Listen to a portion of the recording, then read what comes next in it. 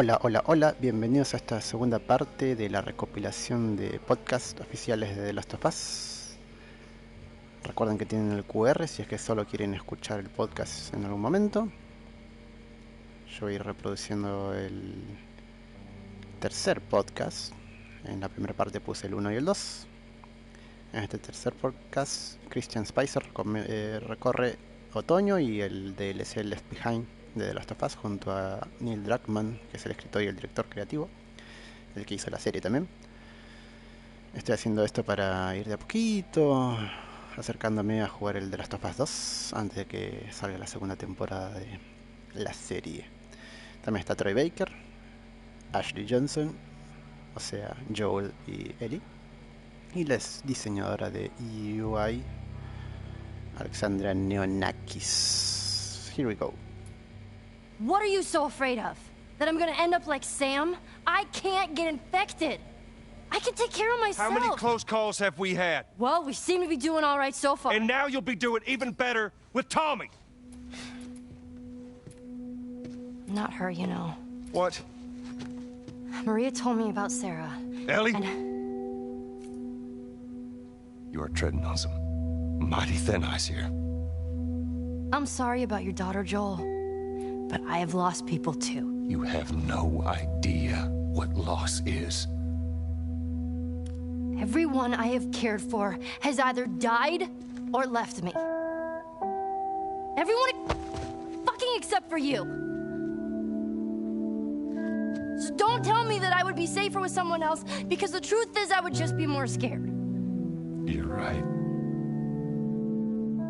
You're not my daughter. And I sure as hell ain't your dad. This is the official The Last of Us podcast.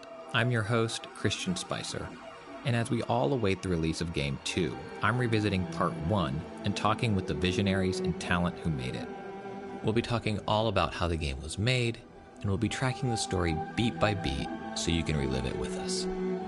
If you haven't listened to our first two episodes yet, be sure to go back and do that as we're walking through the story chronologically. In today's episode, we'll be covering the fall chapter as well as the DLC Left Behind. I'll be talking with Troy Baker and Ashley Johnson, aka Joel and Ellie, UI designer Alexandria Neonaki, and writer and creative director Neil Druckmann. At the end of our last episode, we were left with the tragic deaths of Henry and Sam. It's an unforgettable moment that sticks with me to this day, and it closes out the summer chapter of the game. Now we're in a new season, though. It's fall, and Joel and Ellie have made their way out of Pittsburgh, and they're on their way to Joel's brother, Tommy.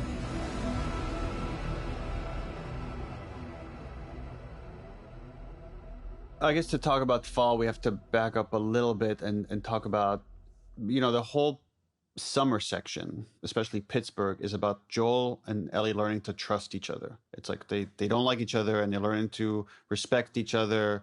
Joel becomes, at the outset of Pittsburgh, Joel is overprotective. You just hang back like I told you to. And we're trying to show it multiple times where he shoots Ellie down when she's trying to be helpful. I'm glad I didn't get my head blown off by a goddamn kid. Until eventually he gives her the rifle and he starts trusting her.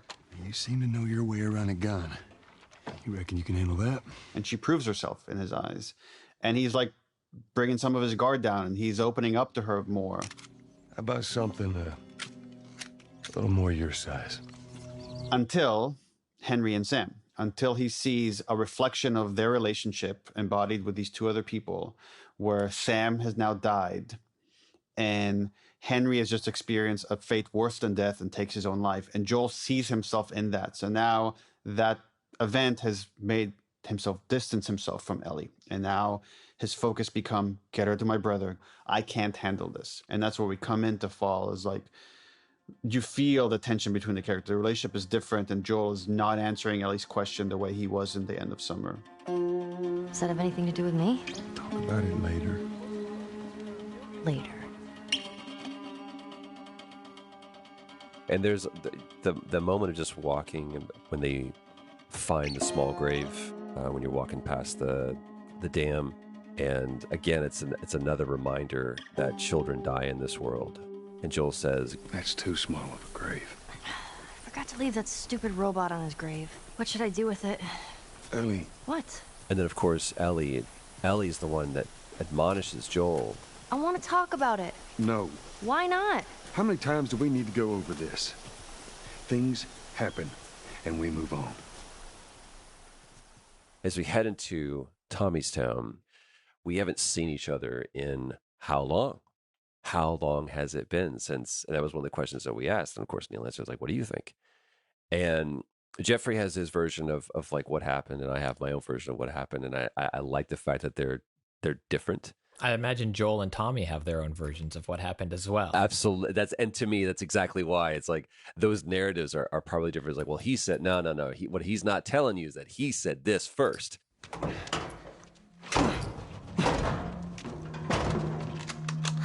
Don't even think about reaching for your weapon. Tell the girl to drop hers now.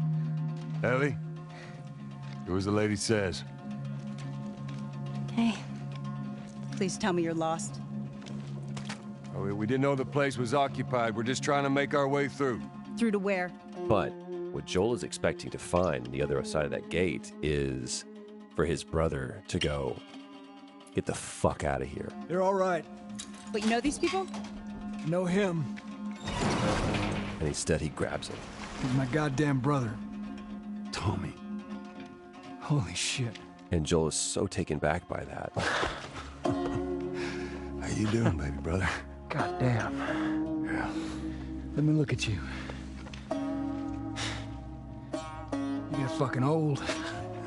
Easy. It's going to happen to you, too. This is Maria. Be nice to her. She sort of runs things around here. Ma'am, thanks for not blowing my head off. Would have been embarrassing, considering you're my brother-in-law. We all got to get wrangled up at some point. Ellie, right? Yeah. What brings you through here? That's kind of a long story.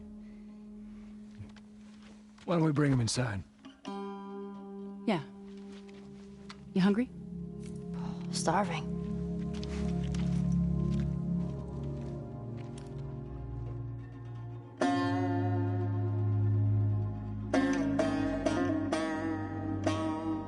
Yeah, the whole idea of family is like something that's been instilled in me. Is like, you don't choose your family. Your family is who they are, and you deal with them, and you love them, and you respect them. And it's like, sure, sometimes you fight in horrible ways, but they're your family. You don't get to choose them. You don't get to push them out. And later, we find out that Joel and Tommy had like a pretty big falling out.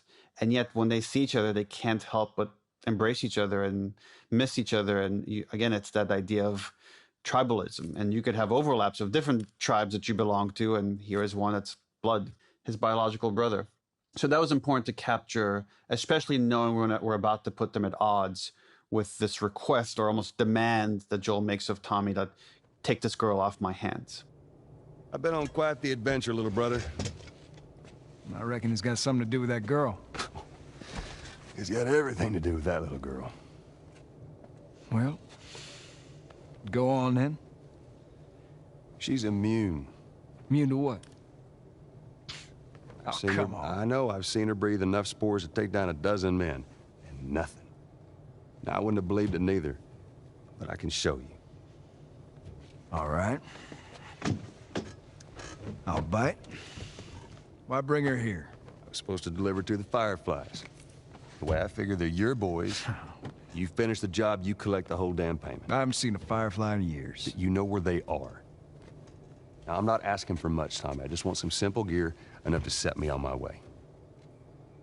What makes you think I'd do this for you? This isn't for me, Tommy. This is for your damn cause. My cause is my family now. You ain't talking about some walk in the park here. Jesus, boy.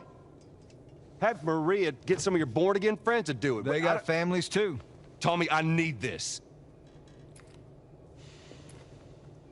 You want some gear? Sure.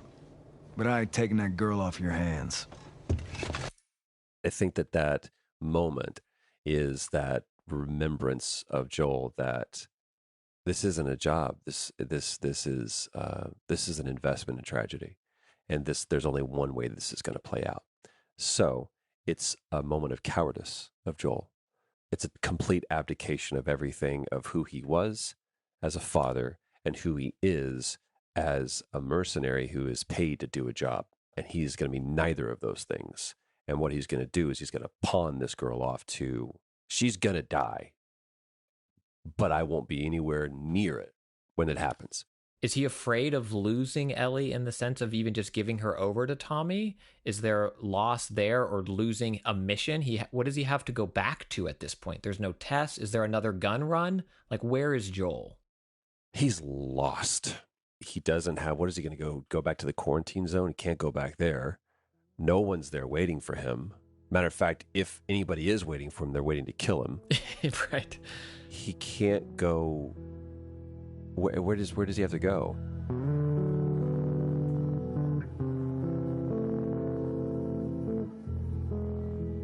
Do you think in Joel's heart of hearts at that moment, he actually wants Tommy to say no? I think if it didn't go down the way it did and Tommy just said yes, Joel would have rode off. I really do, because that to him would have been like, this is what's meant to be. And when he tells Ellie, like, you'll be safer with Tommy, there's a part of him in that moment that believes that. The thing that kind of changes his mind is when Ellie says, everyone I have cared for has either died or left me. Everyone fucking except for you.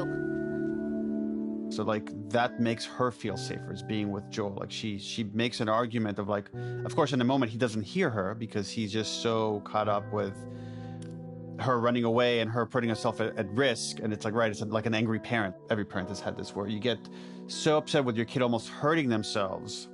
Your kid gets frightened of like your reaction of like, because you're yelling at them or you're grabbing them by the shoulders. It's like, but it's because you're so scared for their safety and you might be oversteering in your reaction. And that's exactly what Joel is doing at this point.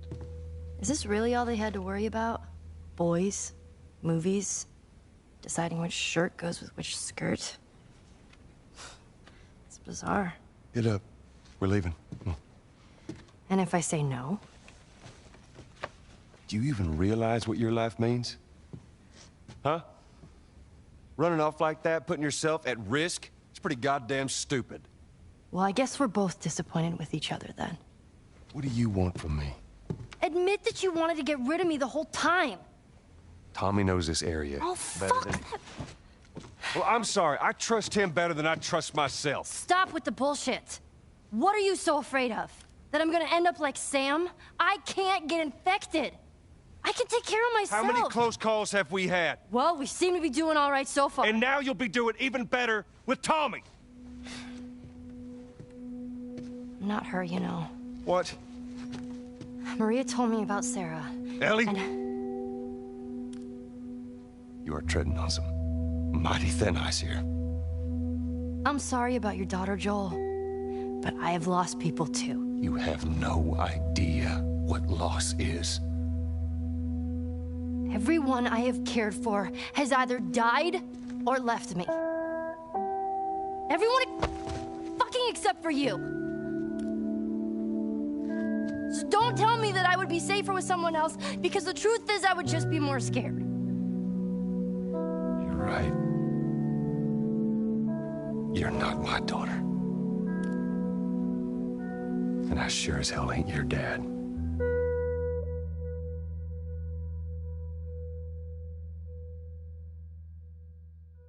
I love that scene. That's one of my favorite scenes that we actually shot.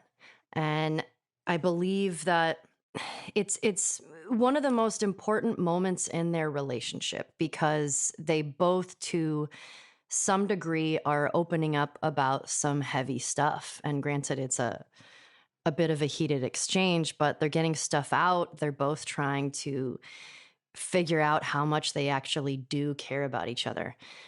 And it was always interesting to me that Joel assumed that Ellie didn't know what loss was, because how could you not know what loss is in this world?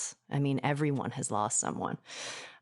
But you can choose to not let people in, because if anything happened to that person, you'd have to experience that loss again. And Joel has learned to cope by distancing himself from people on purpose. And Ellie has absolutely thrown a wrench in that.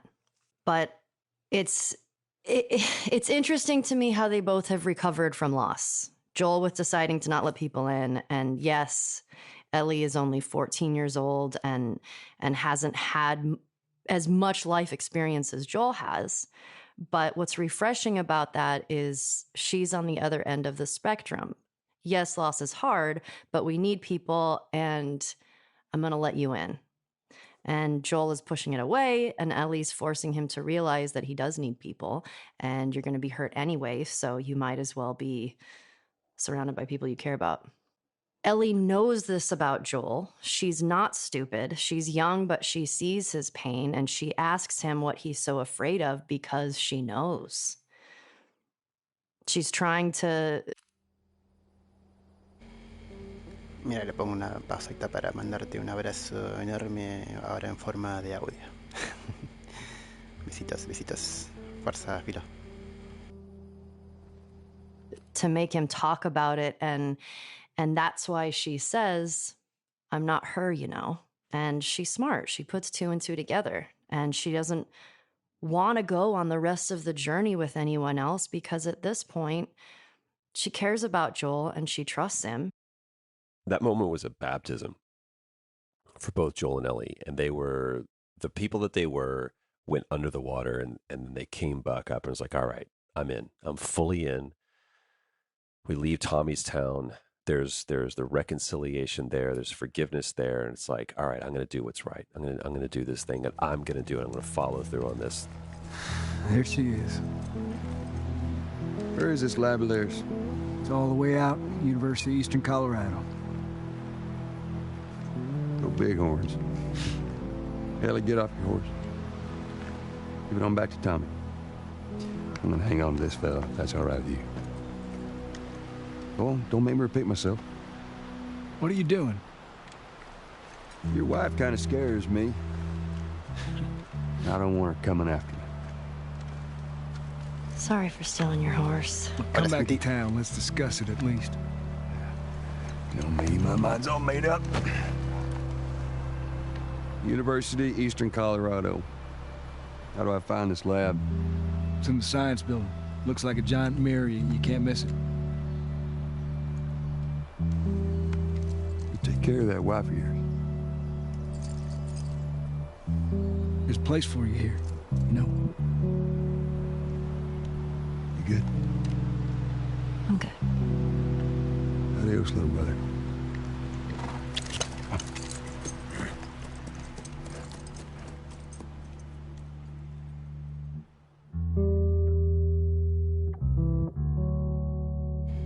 Sí somos, ¿eh?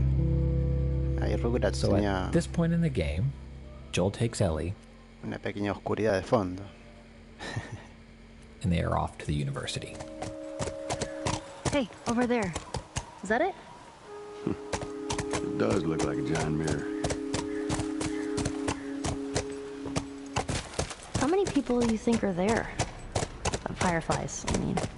I reckon it takes quite a crew to run that operation. You think there'll be other people my age? I'm not sure. There are no fireflies, Yoo-hoo! Fireflies! Here for mankind over here. Bienvenida, André. Anyone? but there are monkeys. Aw, are those monkeys? Yeah, a whole mess of them. That was kind of awesome. First time seeing a monkey? First time seeing a monkey. And I'm curious from a design standpoint, the purpose for monkeys at this moment and all the things it could possibly represent. I mean, like the larger story that that moment is telling within this world that the characters are living in. I'm sure it started with a brainstorm of like, okay, we knew we wanted to go to this university. We wanted to keep you on this trail, this clue chain to find the fireflies.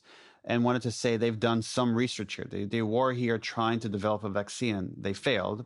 And that's where the idea for like a monkey came up with at the end, like that they were testing monkeys. Monkeys could get infected with this thing, unlike other animals. And the guy doing the research was bitten by them. And then we worked our way backwards from that moment, which is at the end of the level, to say, okay, what are interesting things you could see in this level as you're riding around and you're coming across all these dead ends? It's like, well, if he let all the monkeys loose, then there should be like a pack of monkeys running around here. And that way, like, okay, cool. Well, when you crest this hill and you come across this fountain, then we can place all these monkeys and animate them. And it becomes this like kind of beautiful moment that then sets up this disappointment of like finding later that everyone has already left. I'm curious to what extent that loss continues for Joel and Ellie in terms of the false, and this isn't quite right, but the false starts and stops of hope they have, where so much of the game seems to be, if we just get this thing, we'll get to this and we're done. Now we just need to get to the university and we'll get this and it's done. And feeling that loss each time, what keeps them going? Why keep marching, and why not pull a Bill or pull a Tommy and put a tent down somewhere and give it up? Yeah, and the answer is each other. That I guess for Ellie maybe it's a little more complicated. It's finding purpose in the loss. That's what drives her. And every time they experience another loss, it's more of a drive to finish this. It's more of a reason to keep going, not less of a reason. And then for Joel, and by the time we get to the university, so we kind of hit this low point where he was adamant about getting rid of Ellie. They have their biggest fight where she shoves him and tells him she's not his daughter. And La chuta. He's just trying to be really mean to her to push her away. But it has the opposite effect where he realizes at that point, it's got to be me. Like no one else, like I'm the best equipped to do this. And now he's just take it on, whatever that means. Like he's understanding that he might feel the same loss he's felt before, and he's realizing maybe it's worth it. So the most he's put his guard down. And you hear it in his voice and in their conversation they're having is like, he's telling her now, like he had a kid when he was really young, and that was really rough on him. Have you ever been to one of these? What, university? Yeah. No, not as a student, at least. Why not? I had Sarah when I was pretty young. Were you married? For a while. What happened? Okay. Too much. He misses like singing and playing guitar. And well, when I was a kid, I used to want to be a singer. Shut up. I'm serious. Sing something. No. Come on. He's talking to Ellie about like she wanted to be an astronaut. Hey, I was thinking I would have wanted to be an astronaut. That a fact? Yeah. Can you imagine being up there all by yourself? Would have been cool. I'm just saying. Then these two characters are really opening up to each other in a way they haven't before. And of course, being cruel writers that we are, we're doing that knowing that Joel is about to get impaled on a rebar and pretty much die as far as the player knows. Yeah, when the definitive edition or whatever, another collector's edition comes out, I want the steel case with the back of the box quote to be by you, and it says, "We're fucking cruel writers." Please enjoy The Last of Us Part 1. But I mean, like, we laugh, but to me, those are the best stories. So you took us there, and I think it's a great place to continue the conversation of you gave them hope. The team, Naughty Dog, the story, gives Joel and Ellie hope through the recordings. They're looking for the Fireflies. They've all left. Yeah, no shit. I'm dead. Or I will be soon. They find out where the Fireflies are going. They have their breadcrumbs. Hansel and Gretel are on the path. Everything's looking, here comes Mr. Brightside. Good luck with that. Do you know where that is? I know the city. Is it far? It ain't close. I mean, on horseback. What? The Fireflies? Get down! Oh! And then Joel and Ellie are ambushed, and Joel is impaled. Oh, man. Let's get to the damn horse. Okay. Come on. Can you get on?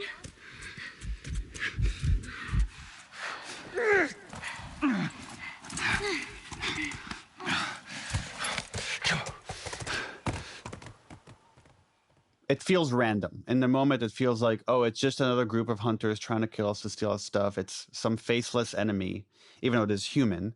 But as a player, you're almost been now conditioned to think of them as just, okay, it's just another NPC. And then later we wanted to give this moment more weight to say, no, it wasn't just any NPC. Like, you fighting these guys had consequences going forward. You killing these people and then trying to kill you and injuring Joel has affected these whole other section that you're about to get into. And you won't know until the end of that section that that was the case, or midway. Mira qué linda Tess. Es toda una Sarah Connor. Hermosa. Way through that section. So that's what was important for us, to show that, one, it could just, these deaths, these moments can just come out of nowhere. Even with, like, when you think about Henry and Sam, it was just like some random runner that just bit him. It wasn't, as far as you know, it wasn't some climactic moment. It wasn't this big heroic sacrifice. It just happens. And often in life, that's how these things go down. And then after Joel is impaled, we continue to play as him. That is still the character that the player is in control of. And while pre-release marketing never, if I recall correctly, never let us know that we would play as someone else. Yeah, not only that, we actively lied about playing as someone else. Okay, so that's another back of the box quote. Yeah, we wanted the player for this moment to lose hope. That they've come to care for this guy, and they come to love this relationship these two characters have for one another. And this whole, we haven't talked a lot about mechanics, but the whole time you're getting better at controlling him, at the mechanics of using the guns, using melee, of protecting yourself, of relying on Ellie. You're upgrading your character, different abilities, so their stats are getting better, and that makes you kind of a stronger force to be reckoned with. And now we're stripping all that away. So now you're moving slower. You can't, when you try to run, Joel stumbles. You handle the window? Yeah. Come on, move! Your weapons sway way more. In fact, like, as you're walking forward, there's like specific moments we have Joel just tumble down, or he like leans onto counters and he's bleeding a lot. And we want you to start thinking, holy shit, is this guy going to die? Is like Naughty Dog going to kill off the main character here? So we want you to start asking that question, so that by the time you get to the next part and we don't show you what happened and you're only playing as Ellie, we want you to at least entertain, is Joel dead? Did they just kill off Joel? And I felt like that was important for our medium and this kind of story, for you to play that transition and not just see it. So that was always going to be from the very first pitch, that was the reason to make this game, was this shift in perspective. That you have these kind of more stereotypical characters, that you have the protector and the protectee, and then you're going to flip it on its head. And then the quote unquote damsel in distress has to become the protector, and Joel is so incapacitated, she has to take care of him. I think we're safe. Joel? Joel? Shit. Joel, here. Oh, get up, get up, get up. You gotta tell me what to do. Come on. You gotta get up. Joel?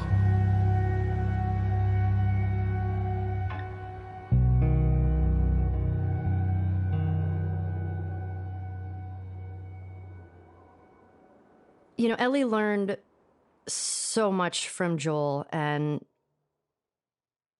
in that part of the game, we really see how much she's grown, and it shows how important their relationship has been. And we also see how fiercely loyal she is, and she wants to protect him and save him, not just to finish the journey, but because she cares so much about him. And of course, there's an extra layer of worry and anxiety now because she feels responsible, because this is post that conversation of her being like, hey, let's be there for each other.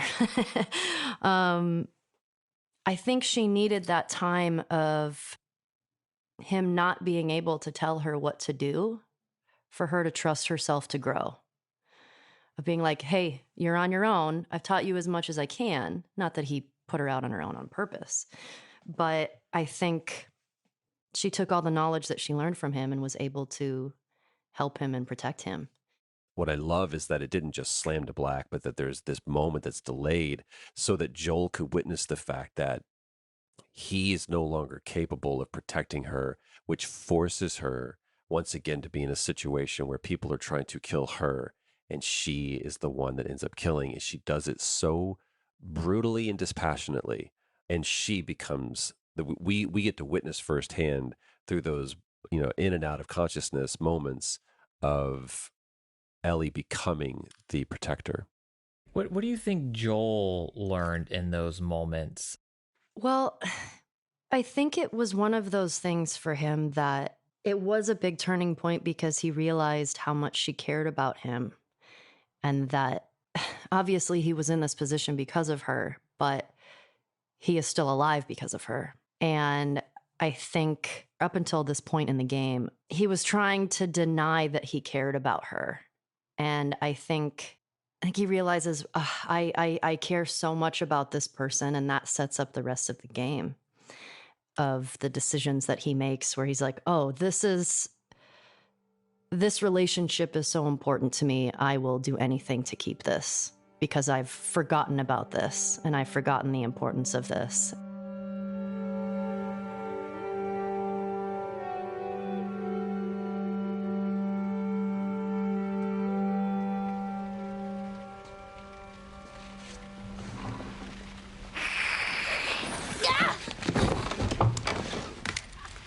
Riley?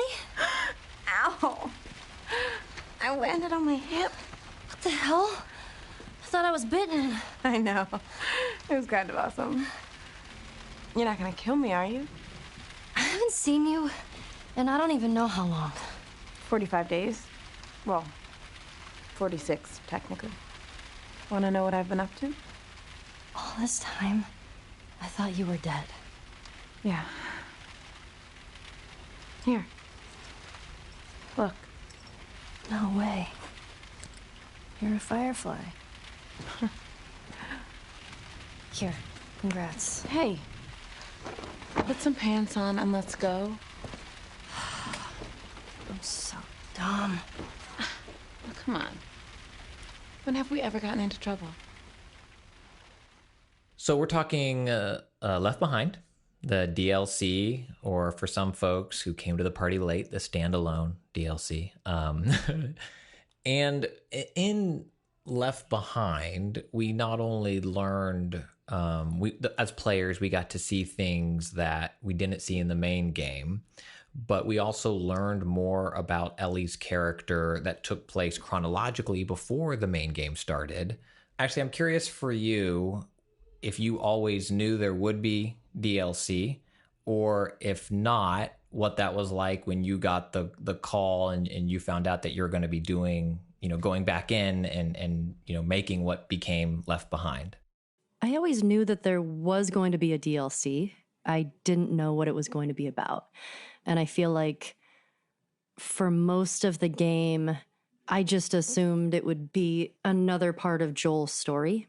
And once we got closer to shooting the DLC and Neil sort of toying with some different ideas, he finally, he took me out and we talked about it, and I was like, oh, okay, cool. I initially was nervous because I was like, well, and he's like, don't worry, Troy's still going to be in it, but it's, it's going to be part of this part of the story. And then there's going to be flashbacks. And I remember I was very excited and very interested to see how they were going to do that.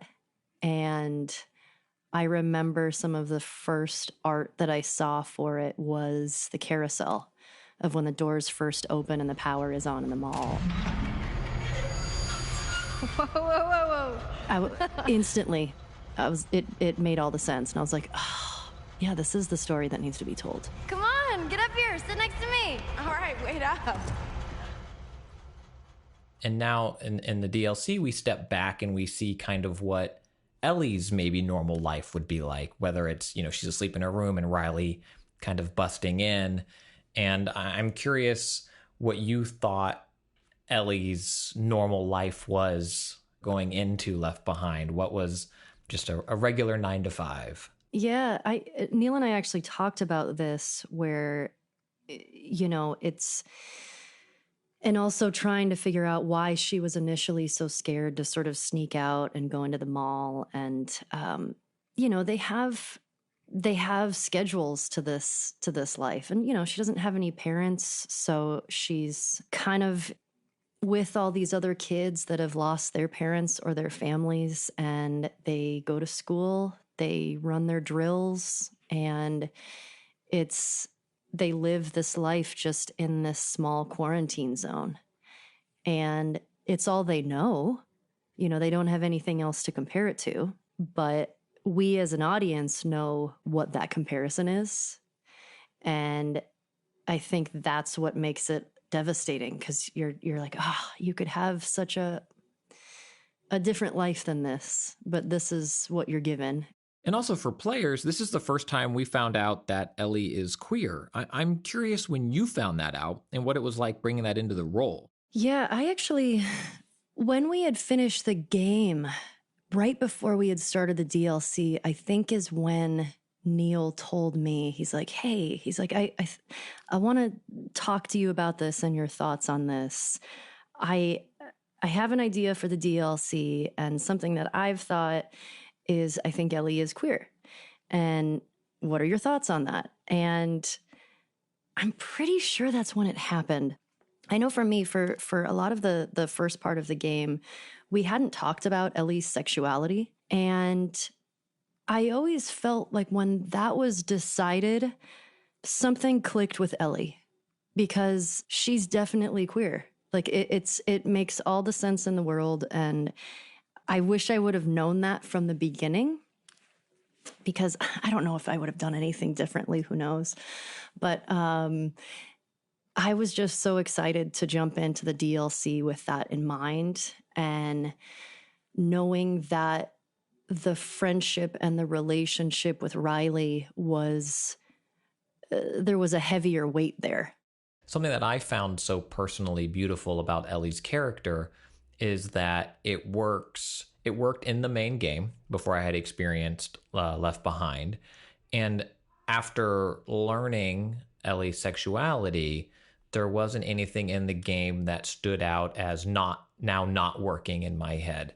If anything, it let me re-examine scenes from the game, and they became more powerful. Yeah, that makes a lot of sense to me, because I feel like playing the DLC and then going back and playing the game through, a lot of things do land a little harder, especially with Bill, when you're like, oh man, he's talking about his partner, and I really wonder how that landed for Ellie. And I feel like Left Behind is such a beautiful story of first love, and it's also incredibly sad because we know what the outcome is. But I do feel like it's great to play that and then go back to the first game with that knowledge, because Ellie becomes so much more of a well-rounded character.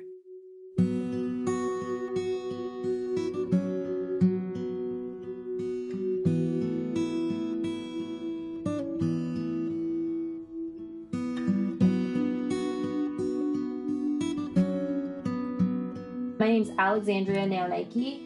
On Last of Us 1 and Left Behind, I was the UI designer. So I'd love to start with what your day-to-day was. It was a lot of trying to compress years worth of work into months. And so it was like, I would do these like wireframe mock-ups, and I would bring them to Bruce Straley and Neil and be like, hey, like, what do you think of doing something like this for the weapon cross? Or what do you think of something like this for crafting? And then I'd even try doing like some real minor scripting to try to make stuff work. So it was very like fly by the seat of your pants and like really chaotic. And then the next day it would be like, okay, let's look at it. Let's talk about what works and what doesn't work. Let's play through the game and feel it out. So it was very game designy, much more than like on the art side of things.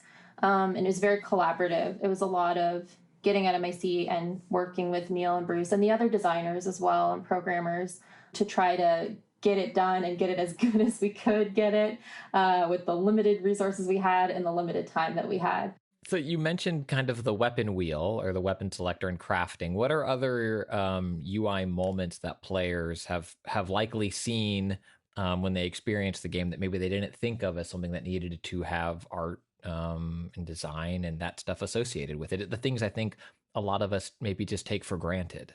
I mean, anything that's giving you the player kind of game specific information. So the little icons at the bottom that tell you what weapon you have equipped, how much ammo you have, if you're able to craft something.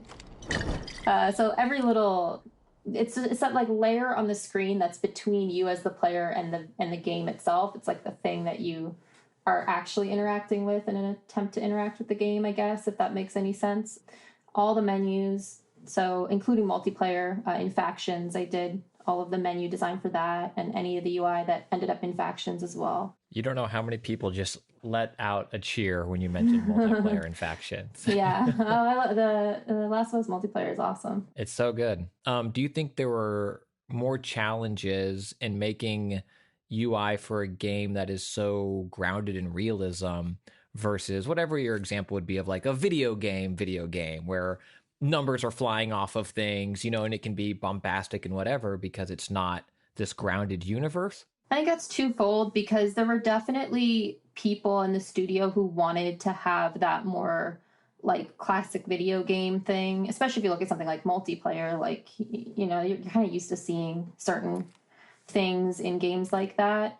But there was kind of the blessing of there not being enough time. And so we had prototyped some stuff that for the UI that had a bit more of like texture to it. But because we had so little time, it was easier for me to push that. I like really minimal stuff. I feel like you notice it less. Like if something's really tactile, it kind of starts to stand out, especially because you can't control how the user's going to see it. Like if they're looking at it against like a bright sky, it's going to look different than looking at it against like a dark, like going through a tunnel situation with a flashlight. So minimal stuff can kind of reduce some of that a little bit, and it helps it blend into the background a bit more, so it's not pulling attention to itself. And so I had known that that's what I wanted to do with it, and most people as well in the company knew that that's what they wanted to see with it, very minimal, to allow more attention to go on the story and the art in the game.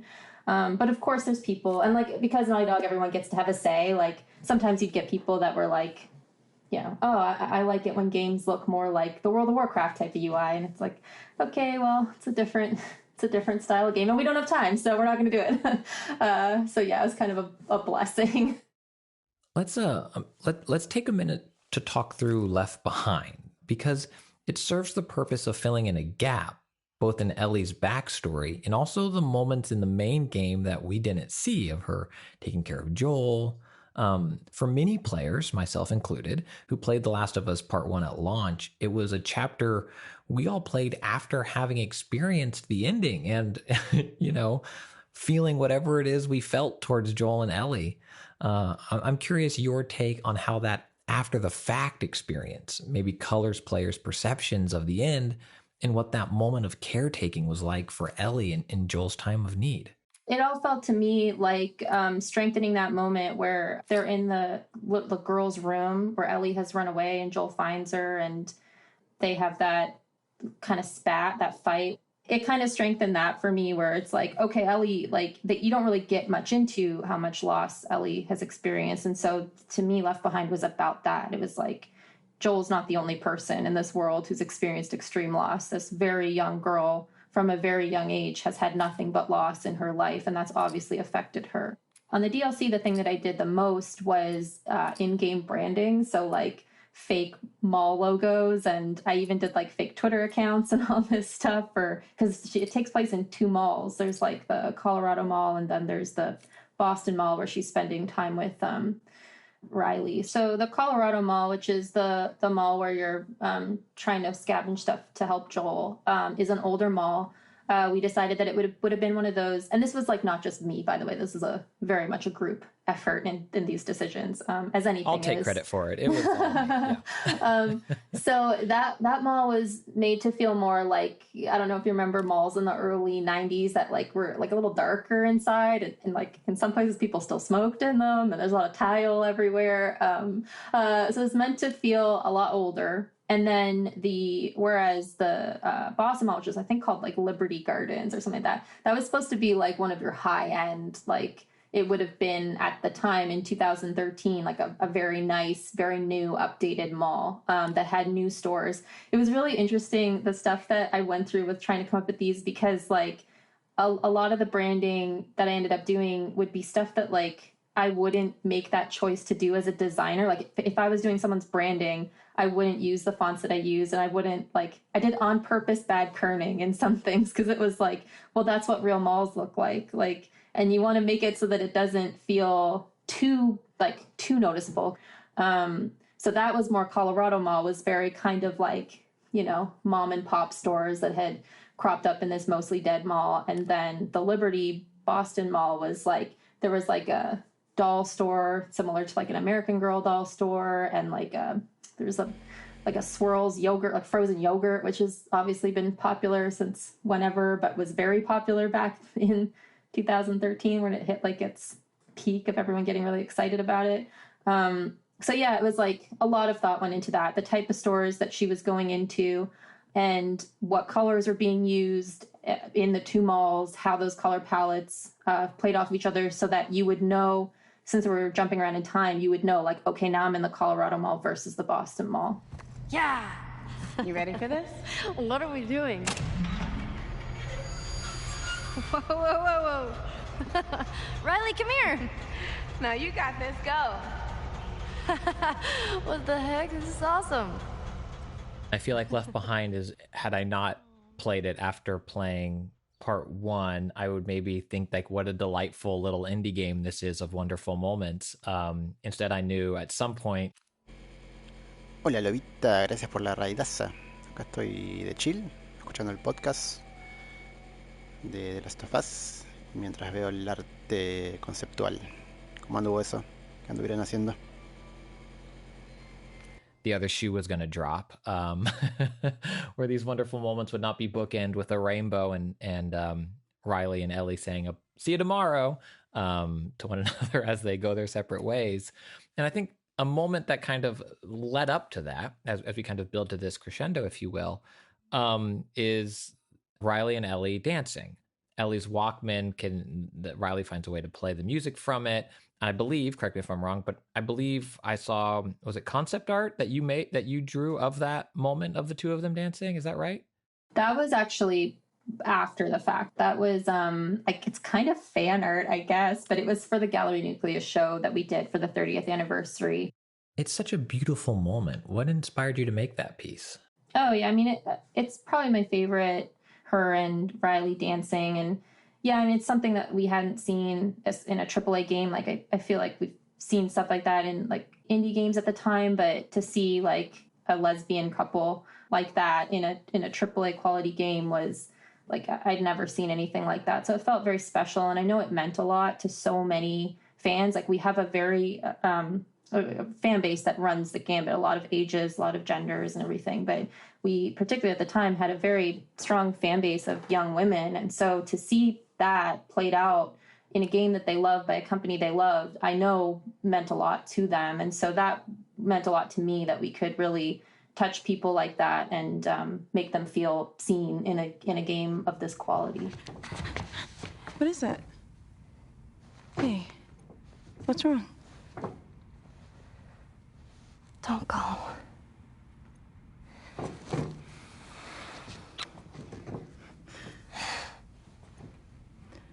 Sorry. For what? What do we do now? We'll figure it out. That's my favorite part of the DLC. That and the video game. When they play the turning and Riley's like, all right, I'm going to break this down for you.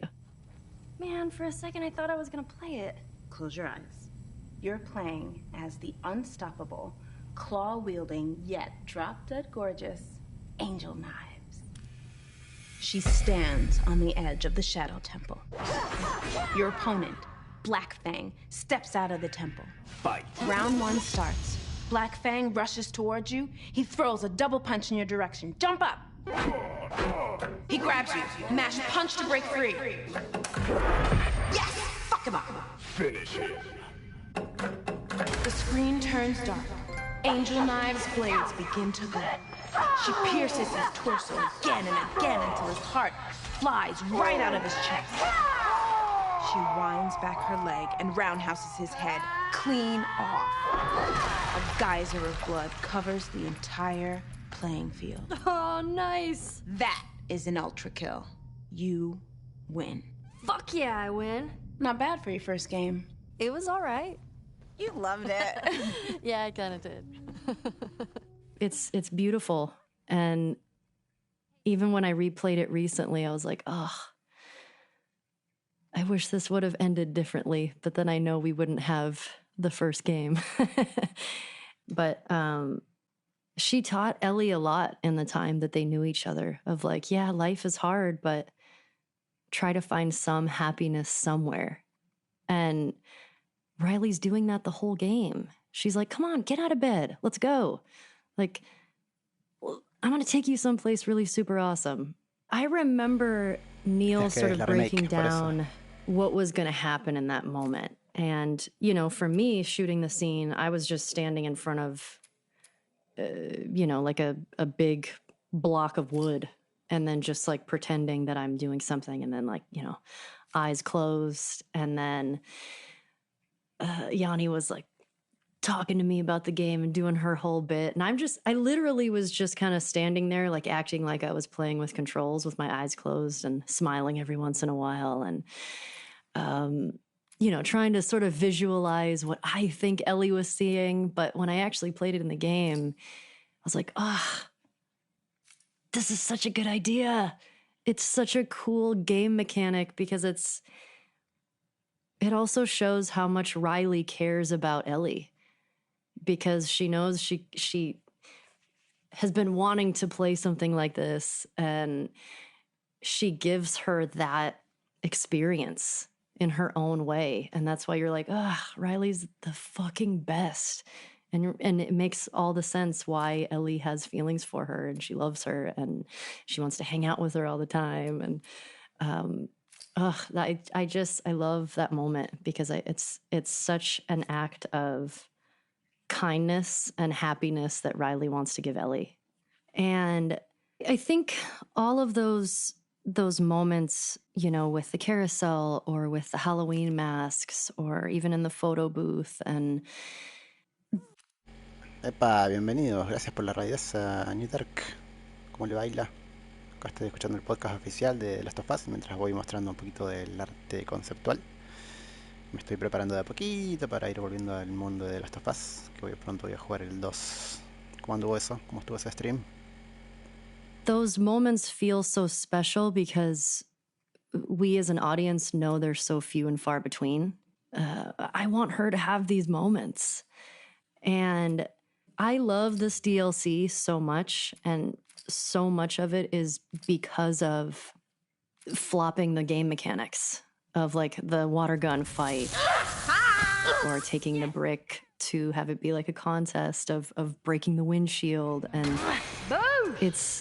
I think it's very, very clever, but also story-wise, it lets us know so much about Ellie and how important Riley was to her in her life before meeting Joel and her life before being defined by being immune, which I feel like when that happens, you know, which we don't see at the end of the DLC, but we know that she never turned, and we don't know the horror that she saw with Riley turning and nothing happening to her and how she got out of there. There's a lot left that's unsaid that we can only imagine how hard that must have been. The weight that Ellie will always carry with her of like, well, why didn't that happen to me too? Or like, I wish I could have done something. I wish I could have helped her. I wish we would have left earlier so she could still be here.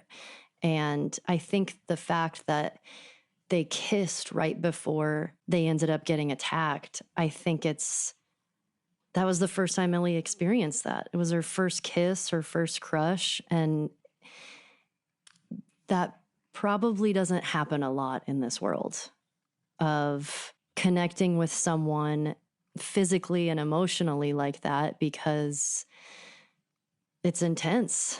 it's too hard to sort of have that, you know, and Joel talks about this with Tess in the game of like, you know, getting close to someone is good for one thing. And that's, I don't know, maybe it's Bill who says it.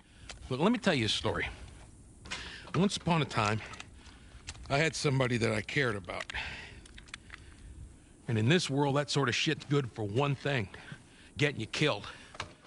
Basically, if you have that connection with someone, it's dangerous.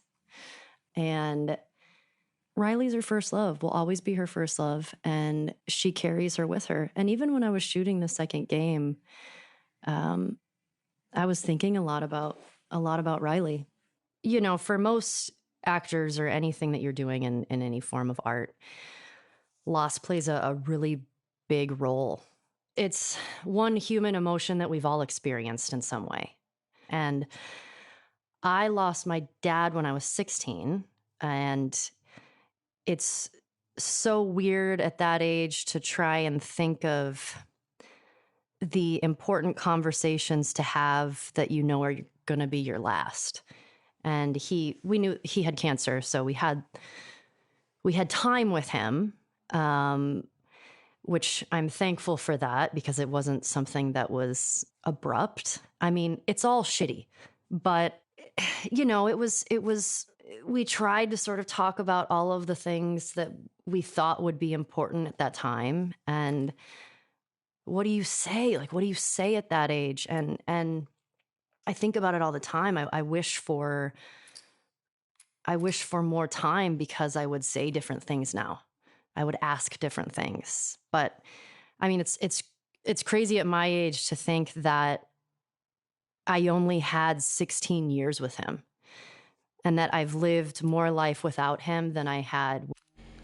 Paren con la radio, viejo, paren con la radio. Bienvenidos a todos. Vinieron al stream más chill de la semana, más o menos, me imagino. Estoy escuchando el podcast oficial de The Last of Us mientras muestra un poquito de arte conceptual. ¿Cómo anduvo ese Sonic 3? Digo, ese... ¿cómo se llama? El de la ratón. Me olvidé el nombre del ratón. ¿Cómo anduvo ese Ratchet and Clank? El Ratchet and Clank. Bienvenidos. Un enclenque. With him, but the impact he made was paramount on my life.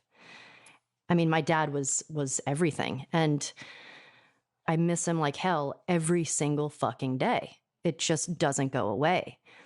But the feeling that you can't go on goes away, thankfully. But the missing piece that was once there, that loss, that never goes away. And I think everybody can relate to that. So just like you or anyone else, you carry your pain with you, so does the character that you're playing. So, and I also think that's why I was so drawn to this particular story. Because everyone in this game has lost something, and they're trying to move forward because they have to, and they're desperately searching for meaning and connection, which is what we're all doing.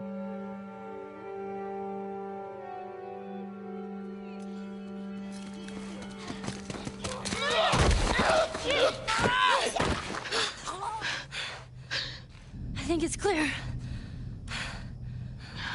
Ellie, your arm.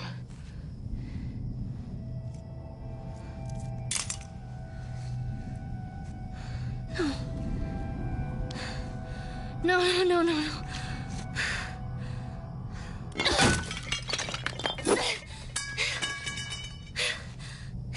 There's some more stuff over there you can break. What are we gonna do? The way I see it, we got two options. Option one, you take the easy way out. It's quick and painless. I'm not a fan of option one. Two, we fight. Fight for what? We're gonna turn into one of those things. There are a million ways we should have died before today. And a million ways we can die before tomorrow. But we fight for every second we get to spend with each other. Whether it's 2 minutes or 2 days, we don't give that up. I don't want to give that up. My vote? Let's just wait it out. You know, we can be all poetic and just lose our minds together.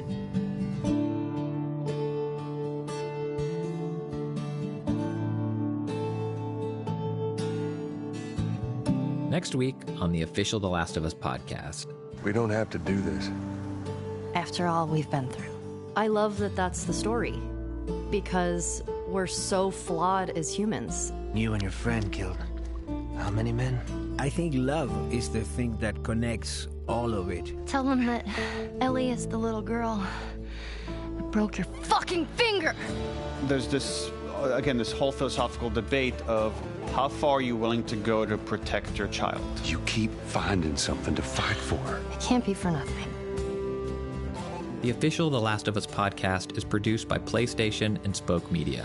It's hosted by me, Christian Spicer, and written by Brigham Mosley. Our Sony PlayStation team includes Charlie Yater, Christian Cardona, and Carrie Surtees. Our Naughty Dog team includes Arnie Meyer and Scott Lowe.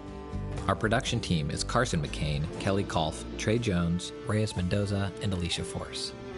This episode was mixed by Eben Arnett, who contributed additional sound design and music. Today's episode included interviews with Neil Druckmann, Troy Baker, Ashley Johnson, and Alexandria Neonaki. Executive producers are Aaliyah Tavakolian and Keith Reynolds. Thanks for listening.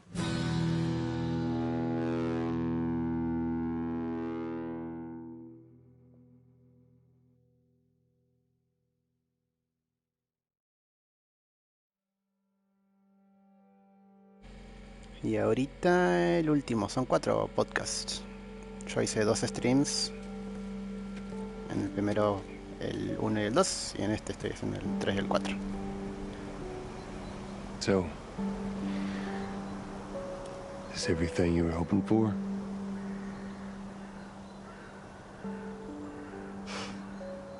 It's got its ups and downs. But you can't deny the view, though.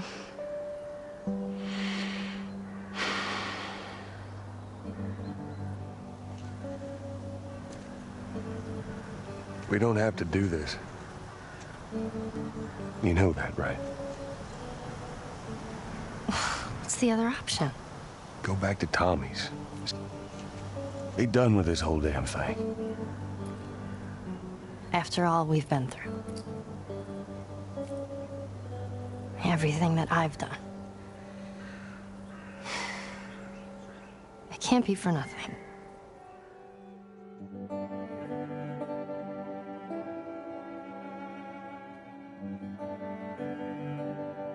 Welcome back to the official The Last of Us podcast. I'm Christian Spicer. Last episode, we left off with the incredible DLC chapter Left Behind. We cut back and forth from Ellie's present, caring for an unconscious Joel, and her past, having just been bitten by the infected alongside her first love, Riley. We see the depths of Ellie's feelings for these 2 fixtures in her life, and how there's nothing she won't do for the ones she loves.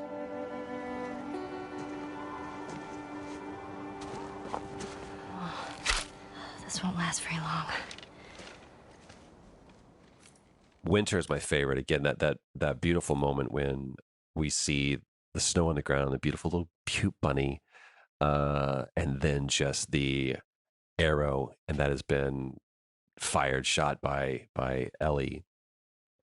And then one of my favorite moments in the game is when Ellie's just standing there, and you push forward on the stick, and you realize, oh, now I'm in control of her.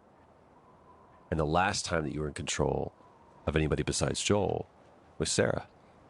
And so for that to come full circle. There was something really thrilling when we were focus testing the game. You know, we do these play tests weekly by the time we wrap up production to make sure people aren't getting stuck at areas and to find bugs. And they would get to that part. And this is what I love. It's so unique to our medium because you never get this kind of statement anywhere else where it's like, and the person would go, oh my God, I am Ellie. And all of a sudden, like, they play differently. And even though, like, mechanically there's a lot of overlap, some things are different with Ellie. But just the way they kind of approached the world was very different for them as this character. And all of a sudden you create all this new empathy and connection to this character that you didn't have before. And it's just something really beautiful about our medium, about games. So the story, right, is about this unit of these two characters and how I think on their own they would have perished. Ellie maybe like from not having Joel's protection early on, but I think Joel would have died emotionally without Ellie. I think she would have never brought the good that exists within him out. It's funny, as we're here talking about Winter and we haven't touched on David at all. Name's David. This here's my friend James. We're from a larger group. Women, children. We're all very, very hungry. Well, maybe we could trade you for some of that meat there. What do you need? Medicine. Do you have any antibiotics? We do. Back at the camp. You're welcome to follow us I'm back. not following you anywhere. Buddy boy can go get it. He comes back with what I need. The deer is all yours. Anyone else shows up... You put one right between my eyes. That's right. 2 bottles of the penicillin in a syringe. Make it fast. With Sam, like, Ellie confides in Sam that her biggest fear is ending up alone, is not having someone. And here she finds herself in Winter alone. I mean, Joel is unconscious. And here is this man that we're purposefully painting him like, you know, is very kind and understanding. I'll take that rifle. Of course. And he's always honest with her. He never lies to her. And yet there's something within Ellie that just is repulsed by this guy, that she doesn't ever fully trust him. So there's something that, even though Joel has done all these horrible things, I think Ellie always recognized that there's good within him. And I think that's why she was so drawn to him even early on, in a way that she's not to David. You know, you really shouldn't be out here all on your own. I don't like company. I see. What's your name? Why? Look, I understand it's not easy to trust a couple of strangers. Whoever's hurt, you clearly care about them. Sure, it's going to be just fine. We'll see. And let's talk about David because, woof, right? Like, how do you go about creating this seemingly nice guy cannibal? I remember at some point during production, Nolan North was at the studio. And while he was at the studio, I was like, hey, let me show you part of the game. And he's like, okay, cool, because he didn't really see much of what we were doing as this other project. So showed him that whole sequence. And he was like, oh my God, this is amazing. Like, you guys are doing this whole other game here while we're making Uncharted 3. And he's like, you got to give me a role in this, like something. I just let me be in it. I'm like, all right, Nolan North wants to be in this game. I'm gonna give him a role. Nolan North's gonna play the Cannibal King, like the opposite of Nathan Drake. But actually, because he was put in it, I wanted to do him right by it. Like, I wanted to give the character interesting dimension. And I think it's because of that the character became a lot more interesting. And it was like, okay, how do you humanize a cannibal? That was a lot of the conversation I had with Nolan. I was like, I don't want you to play the bad guy. I want you to play someone that has to make difficult decisions to help his people survive. Of course, the one big flaw that this guy has is that he's attracted to Ellie as well. He doesn't have this cannibalism. He also has this other aspect. And we wanted to say he's got this, underneath all the facade of like niceness and good charismatic qualities that he has, there is something kind of brewing, and once like he can't have something, then he starts losing it. But we wanted to hold off on that as long as possible and present him as humanly as possible. So one of the tricks we have where like we want to get you to trust someone is to, okay, well, we have really tense mechanics. We have combat that like puts you on edge, that we could kind of ratchet up the difficulty where you barely survive, and you literally have to rely on David to survive a sequence. Hope you know how to use that thing. I've had some practice. No matter what, we have to keep them out. Nice shot, kid. You weren't kidding. You're a better shot with that thing than I am. Hey, kid, you all right? I'm fine. More clickers. Come on, doors this way.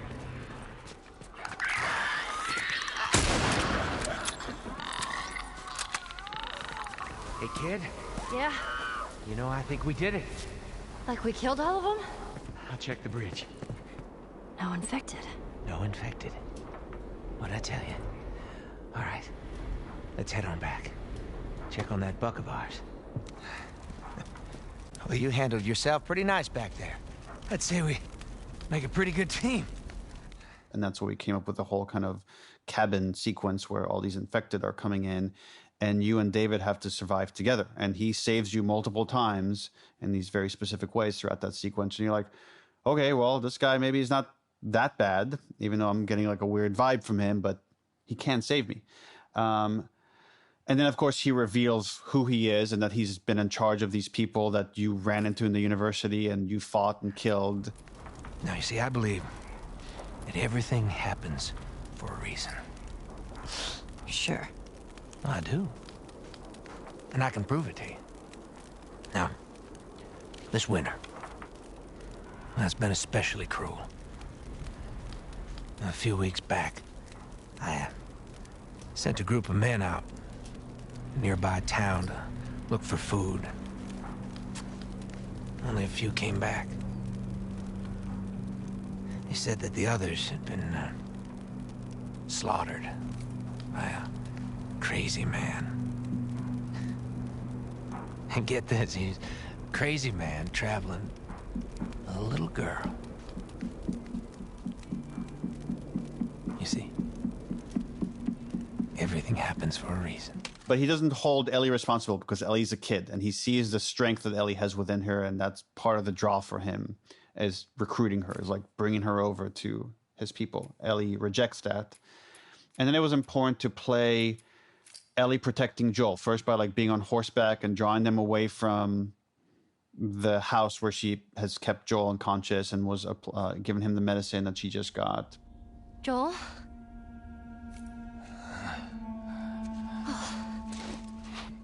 I only managed to get a little bit of food. But I did get this. Move your arm. Oh. Here we go.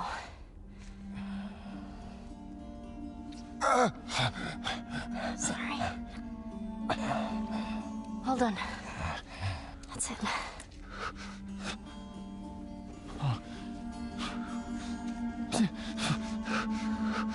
You're gonna make it.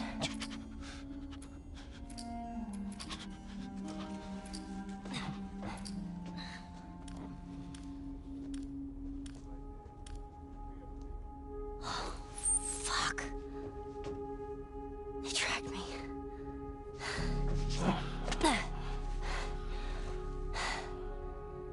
I'm gonna draw them away from here. I'll come back for you.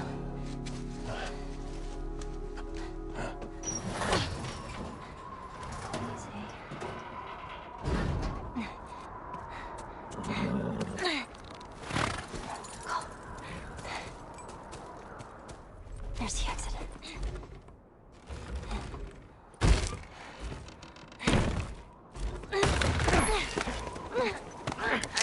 Relax.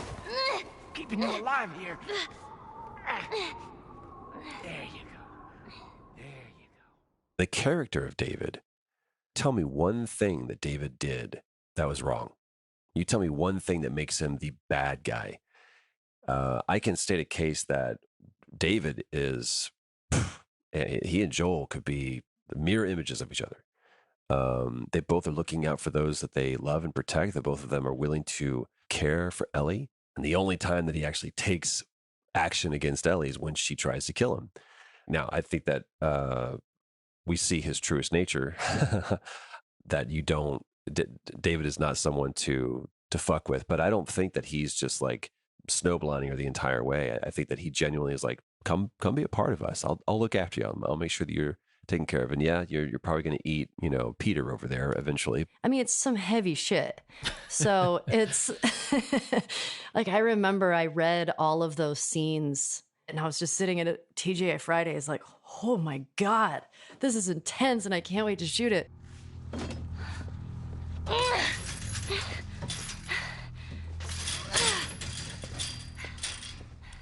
How are you feeling? Super. Here. You should eat. I know you're hungry. You've been out for quite some time. What is it? It's deer. With some human helping on the side? No, I promise. It's just the deer meat. You're a fucking animal. Please tell me your name. You're so full of shit.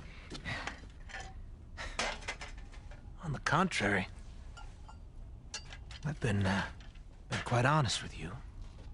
Now I think it's your turn. It's the only way I'm going to be able to convince the others. Convince them of what? That you can come around. You have heart. You're loyal. And you're special. Oh.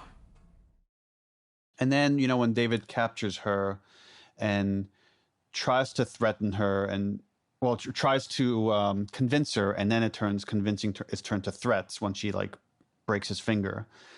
And he can't bring her over, and that just drives him mad.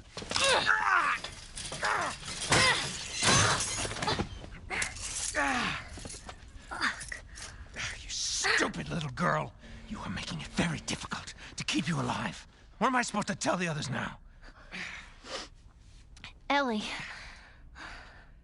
What? Tell them that Ellie is the little girl that broke your fucking finger. Where did rage come from for you? Oh boy. 'Cause I imagine it's a different place than loss and hurt, or is it the same and it's just then unleashed? Boy, that's a good question. I think for me, and Neil and I kind of always joke about this, and not to reveal too much about myself, but I can be a very angry person. And that's an emotion for me as an actor that is very accessible for me. I'm not saying that's a positive thing, but I know that comes from loss for me, because it's this place in me that had someone taken from me too soon, and that rebellious anger is still in me. And I think it will always be there, and I kind of don't want it to go away, because there are times where I feel like I want it there. And sometimes it's not great, but I think most of the time that's the part of me that is able to defend myself and stand up for myself in situations. Wakey. Come on. Let's go! I warned you. I'm infected! Really? So are you. Right there. Roll up my sleeve. Look at it! I'll play along. What'd you say? Everything happens for a reason, right? What the hell is that? She would have turned by now. It can't be real. Looks pretty fucking real to me.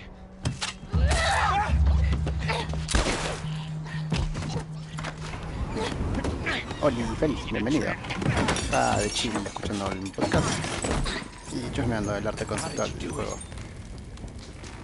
¿Cómo andás? It's all right. Nowhere to go.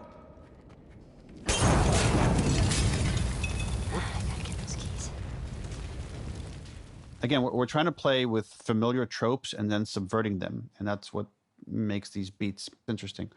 Is that to say, okay, when Ellie's captured by David and he's chasing after her, and you have this whole boss fight in this restaurant that's on fire, and you're playing that, and you're feeling the tension of that, and you're feeling that you don't have the equipment necessary to defeat this guy. Like Ellie is this kid, and here is a guy that has a gun and a machete, and he's coming after you.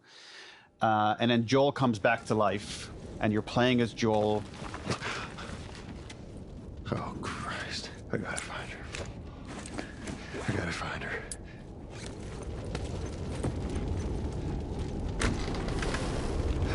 Holy shit. Ellie. finding out where Ellie is, and you're feeling the tension of like, okay, I want these two characters to get back together. And we're jumping now back and forth at faster and faster rhythm, almost like some song that's picking up speed, that you're imagining, okay, here's how it's going to play out. Ellie's going to be just cornered by David, and right before he kills her, Joel's going to burst through the door and save her, and kill David, and then they'll be okay. But it was important for us not to do that, to say, no, Ellie's going to save herself. Like, she actually saves herself before Joel gets there. And actually it became more interesting that Joel saves her emotionally and not physically. That, again, those roles have shifted, where like in the past, Ellie was the more emotional, mature one and was able to lean on Joel. And now Joel is having to take on that role instead of the physical protector. That we saw that Ellie is just as capable. So it was important for you to play all the way through and feel that. So then we get to that moment where Ellie is, yes, she has shot people, but it has all been in a defense. But this moment, she got David, she incapacitated him. And where Joel finds her is the moment where she transcends just incapacitation, and it goes into punishment. It goes into this cathartic, I'm taking this out on everybody. This is for Riley. This is for Tess. This is for Sam. This is for Henry. This is for my mom. This is for everybody. This is for this world. David's face becomes the punching bag for all of that. Fuck you. You think you know me? Huh? Well, let me tell you something. You have no idea what I'm capable of.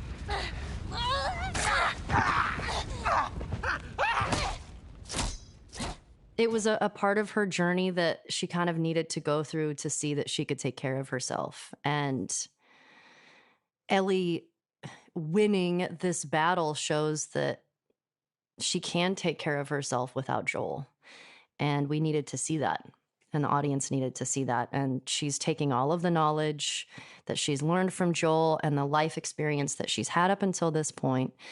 And it shows how strong her will to survive is, that she just doesn't give up. I love that Joel is there for her, though, not to fight her battles, but to be there for her in the aftermath. Stop! Stop! Fucking touch me!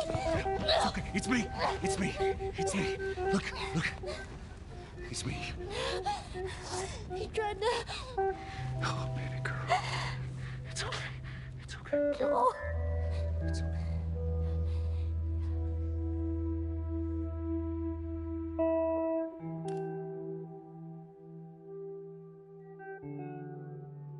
Neil had framed this moment. He was like, I don't care what you say, just whatever you would say to comfort her. But I want you to know that the only thing I need you to say is baby girl. The fact that is, now we see Joel the father again.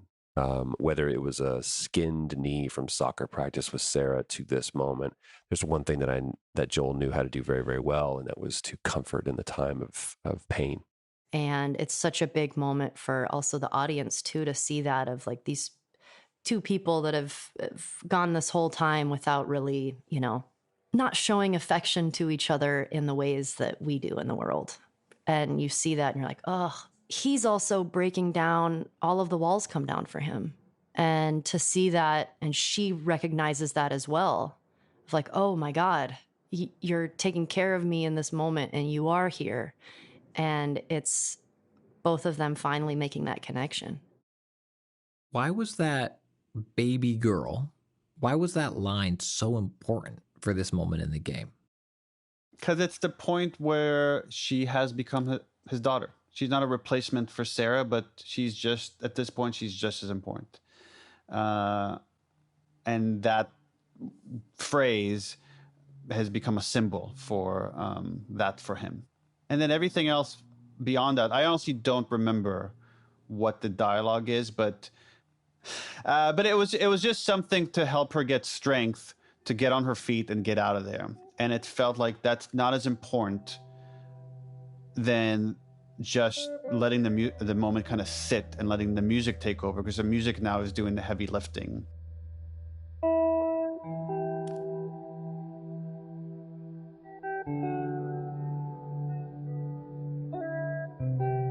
I remember we talked about Joel's watch and how that becomes a symbol for the player, so we don't have to have characters talk about things.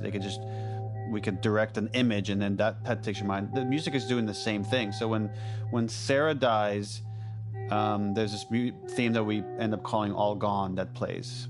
And then we play it again here when Joel is embracing Ellie and says, baby girl. And we play it again at the very end when he's carrying Ellie out of the hospital. And it's done that way by design because we want your mind to subconsciously go to the moment Sarah dies and string these moments together without us being explicit about it. I feel like maybe we haven't talked enough about Gustavo's score and how much it's helping the emotional impact. But that piece of music is so beautiful and so moving, it felt like we didn't need any more words.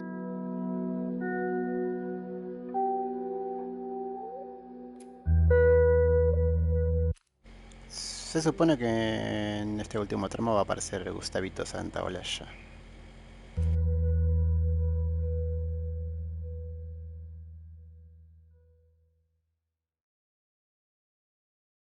My name is Gustavo Santaolalia, and I am the composer of the music for The Last of Us. The moment that I met Neil, and then Neil actually told me the story, and I could sense how different this game was from any other game that existed before. It really was a no-brainer. I mean, I knew from the very, very beginning when I talked to Neil that I wanted to be involved in the game. How would you describe the character of the score as it fits into The Last of Us? Yeah, well, I think definitely has an element of melancholy and a certain element of despair. But I mean, confronted with this situation that really this sort of apocalyptic situation, there is a strong human element to the music, to an emotional human connection. But yes, I mean, I think the important thing for me was to have this emotional content that actually didn't go into simply something sad. You know, I'm talking about especially in things like All Gone, for example, in the particular theme.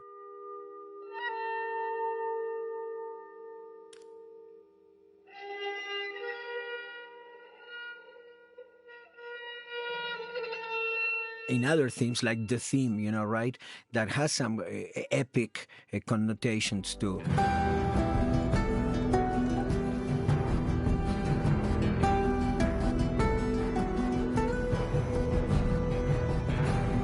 But more like a human epic, more like an epic of the everyday man, you know, and not so like an epic of, I don't know, like a gladiator movie, you know what I mean? I will create pieces that I really don't know to what character they belong, but they are inspired by them, you know, not necessary. I think some of these things Neil actually had more clear than I, you know, but I do know that, for example, for me, the Ronroco, with its tenderness and its almost feminine quality. Buen viaje, Nadine.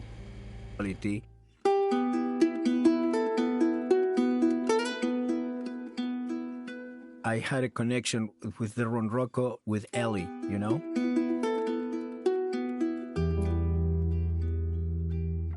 And I had a connection with the 6-string bass with Joel. And I guess the guitar kind of connects those two worlds. Basically, that in the timbers, I will connect the Ronroco with Ellie and the 6-string bass with Joel, and the guitar kind of like in between both of them.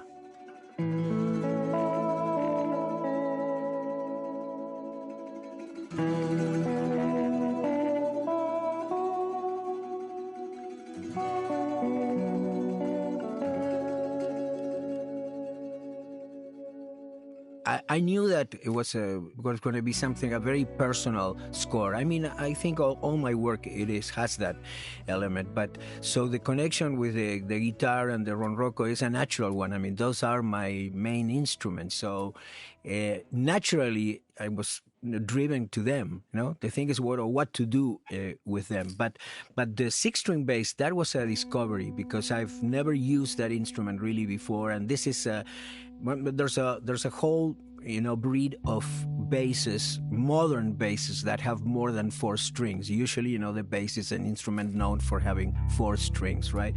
This bass is a bass that comes from the 60s. It's a Fender bass 6-string that actually is an octave lower than a guitar. It's a very peculiar bass. And that was something that really wasn't planned. It just came by accident in a way because I didn't have a bass at hand. So that was a fantastic discovery because I've never used that instrument before. I mean, I have instruments that I get sometimes and they're there waiting for their moment. And that was definitely the moment for that instrument. But one of the things that I love about Neil's writing and Neil's conception, of the world, and this extends to The Last of Us 2 also, is this thing, about really creating real life people. And, people in real life are good and are bad too. They're not, usually, of course, there are people that are just truly only mean people, and, but in the general majority, we're all full of contradictions, and sometimes we can be good and sometimes we can be bad, or we can be good for some people and bad for others, with our actions and with our thoughts. And I think that's what makes these stories so rich. How did you look to incorporate those contradictions into the soundscape? Sometimes, I juxtapose something that can be very, very, very spiritual and very soothing with something that is very brutal, something that is very rough. I love working with the roughness too, the textures or sounds or noise, I mean, one of the things that I love is to actually, people try to avoid the noise of the amp, for example, that you have the 60 hertz or something that is there, or the noises in the guitar, between notes when you slide from one note to another one. Those are things that I treasure. The same thing with mistakes. The concept of mistake, I take it totally in a different light. For me, mistakes sometimes can be great assets. Mistakes, as somebody sometimes said, can be hidden intention. I always pay attention to a mistake because a mistake can be just a mistake, or it could be, a new route that you never could have imagined. So in the juxtaposition of timbres that can be soothing and at the same time aggressive with another instrument, that those contradictions, the use of a full track full of, just packed with sounds to something that is absolutely avoid of everything and it's just one single instrument. The use of silence, the space, a silence that becomes eloquent. All those things, I think, somehow express these contradictions.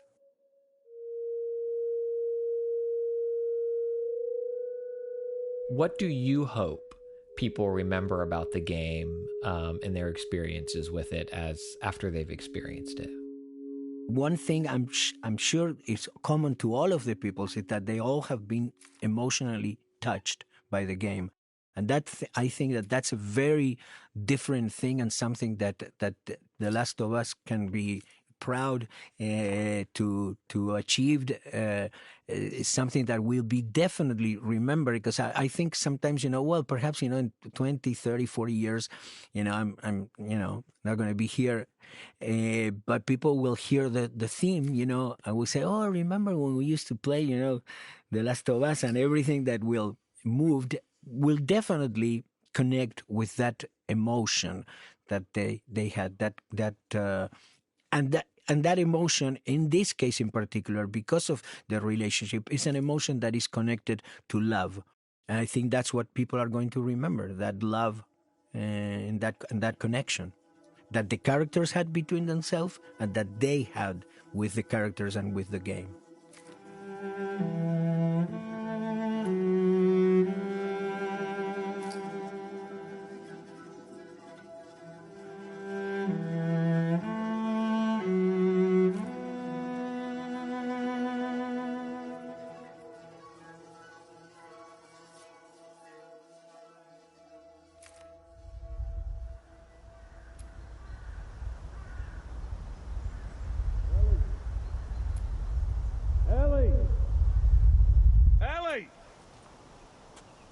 Did you hear me?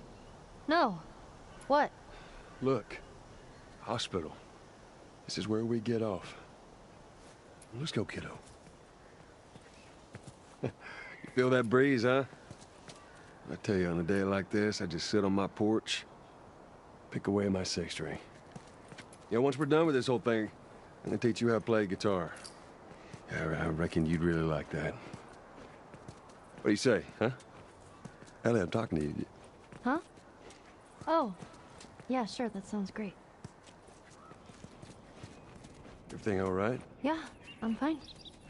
You just kind of seem extra quiet today. Oh. Sorry. No, it's not... It's fine. Okay, turn the corner, because now we're about to go into a completely different place. The next section of the game is not so much about how Joel has changed, but now how Ellie has changed. Joel definitely demonstrates a different behavior. He's a little bit more optimistic and teach you how to play guitar. We're going to get there, and he's talking about all of the positive, optimistic things, giving her hope. Joel is finally speaking about the future in terms of hope. And it's almost through the filter of it sounds so far away, not only just what he's talking about, but even just almost the way that it's treated, because Ellie is so far away. And if you even notice, the distance between the two characters is further than it's been. The thing that you've been doing throughout the entire game, the entire time, is like, okay, we have this thing, come help me move it over. I go up, I boost you up. This is what we do. And you turn and Ellie? She's not there. And you have to remind her to do that. Ellie? What? The ladder. Come on. Right. Oh my god. What is it? Ellie! Ellie! You gotta see this. What is it? What the hell is... Are you kidding me? Come on, hurry up. You see this?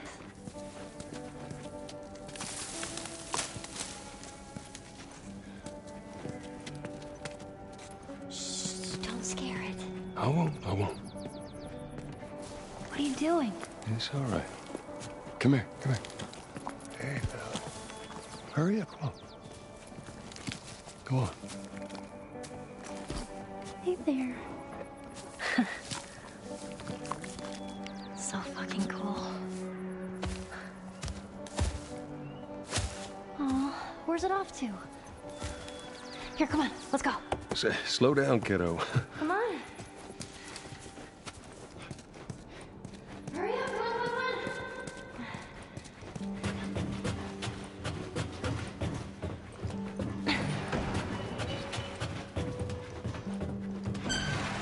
Oh, man. Wow. Look at those things.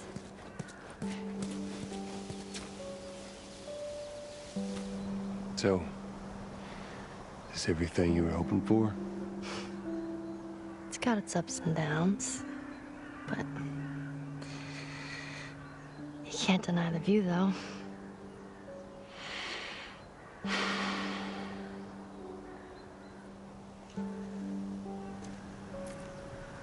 We don't have to do this. You know that, right? What's the other option? Go back to Tommy's. Just be done with this whole damn thing. After all we've been through. Everything that I've done.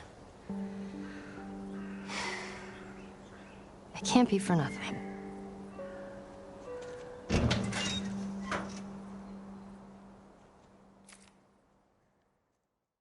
My name is Almudena Soria, and The Last of Us was my first game as an animator at Naughty Dog, so it's very special to me.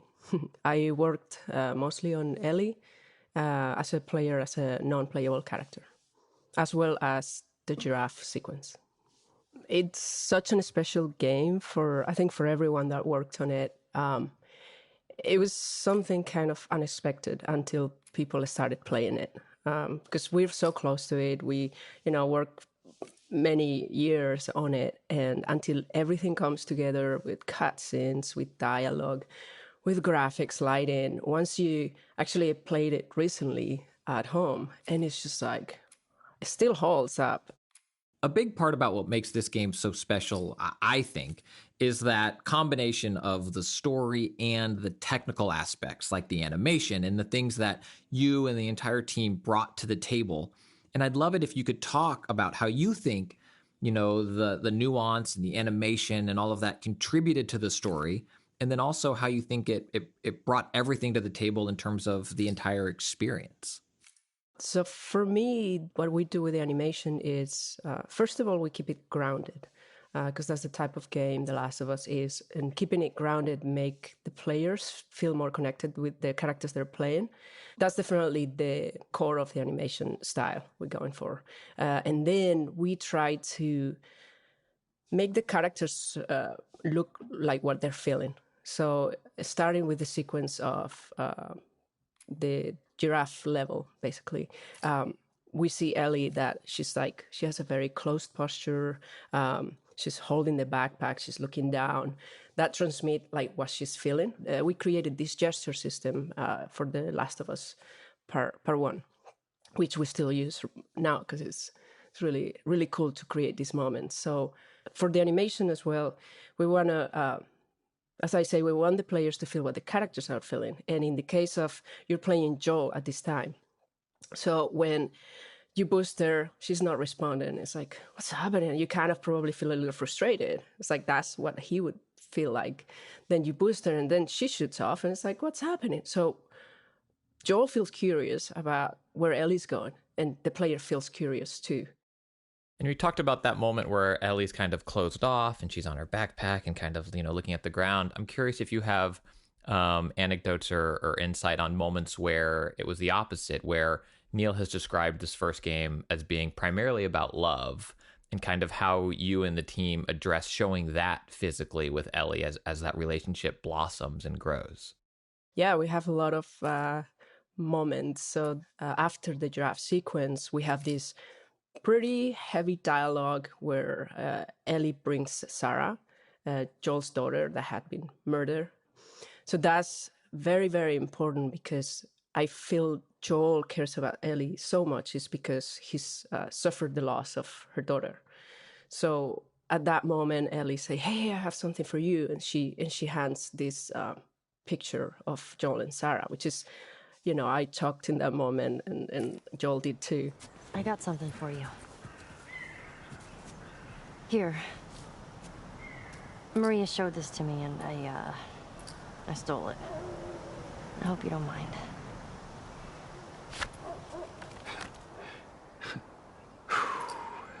Well, no matter how hard you try, I guess you can't escape your past. Thank you.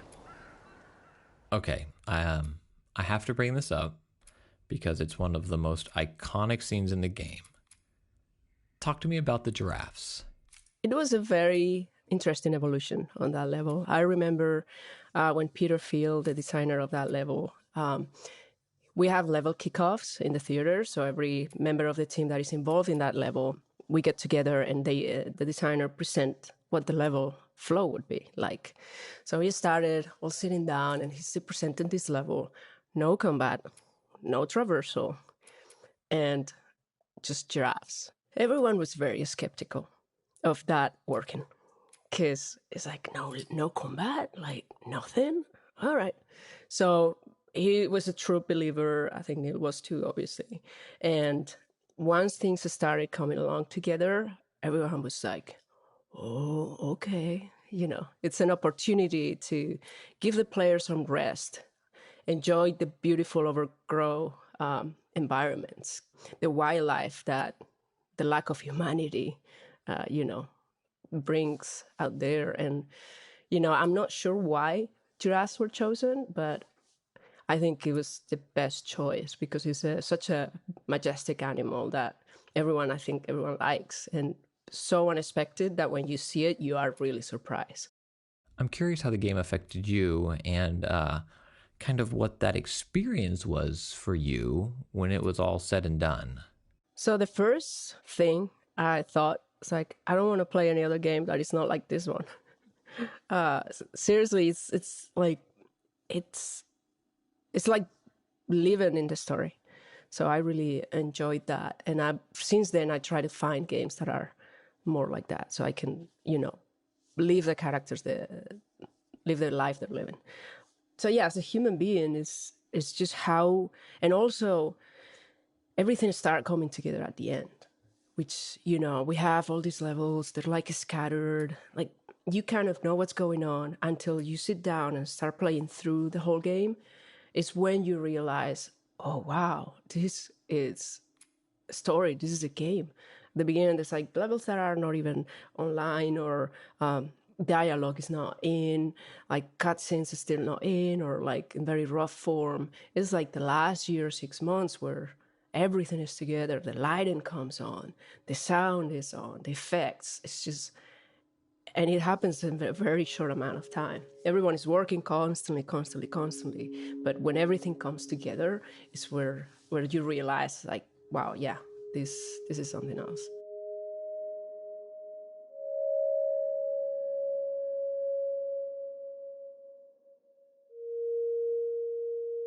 So Joel and Ellie make their way down the stairwell. Look, I know you mean well, but there's no halfway with this. Once we're done, we'll go wherever you want. Okay? Well, I ain't leaving without you. So let's go wrap this up. They're heading to the hospital. Well, this place takes me back. How so? It was right after everything went down. I ended up in a triage just like this. And everywhere you looked, you just saw families torn apart. The whole damn world seemed to have turned upside down in a blink. Is that after you lost Sarah?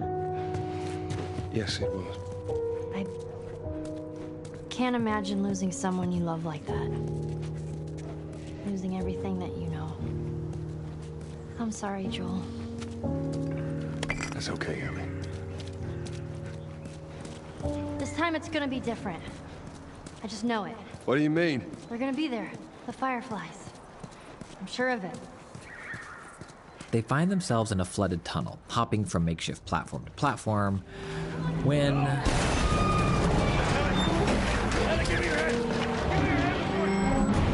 they're pulled underwater.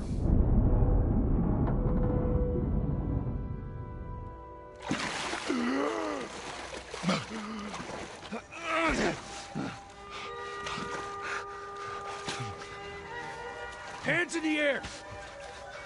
She's not breathing. Hands in the fucking air! Come on. Ultimately, what happens is that Joel is saved by Ellie in the bus when he goes into the water, and in that she dies. Like she drowns. And then again, what we see is like, no, don't bring me to this point where we're finally good, and I'm gonna lose her again. And then we wake up in the hospital room. Welcome to the Fireflies. Sorry about that. They didn't know who you were. And Ellie? She's all right. They brought her back. You came all this way. How'd you do it? It was her. She fought like hell to get here. Maybe it was meant to be. I lost most of my crew crossing the country. I pretty much lost everything. And then you show up, and somehow we find you just in time to save her. Maybe it was meant to be. Take me to her. You don't have to worry about her anymore. We'll take care of her. I worry. Just let me see her, please. You can't. She's being prepped for surgery. And then, of course, the whole revelation of that this plot was always designed to be like that. You basically just transported our sacrificial lamb. So you didn't have to save her. You know, we're gonna kill her anyway. The girl could have gotten here dead or alive. And just the pure Sisyphean frustration that comes from that is like, what have I what have I done all this for? It was like, it was for nothing. This was just this rush of nihilism at Joel. But now he has stakes in it. Now it really matters. And it's like, all right, you guys done fucked up. Like this is, you have awoken the beast, because you have activated now every part of me. The hell do you mean surgery? The doctors tell me the cordyceps, the growth inside her, has somehow mutated. It's why she's immune. Once they remove it, they'll be able to reverse engineer a vaccine.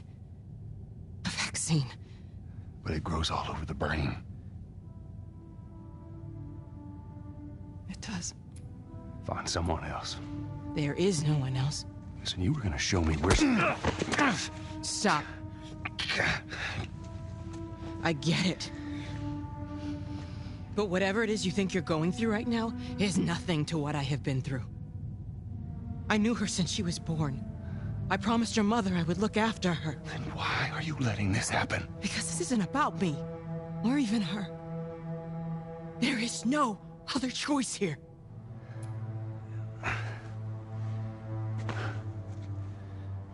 Yeah, you keep telling yourself that bullshit.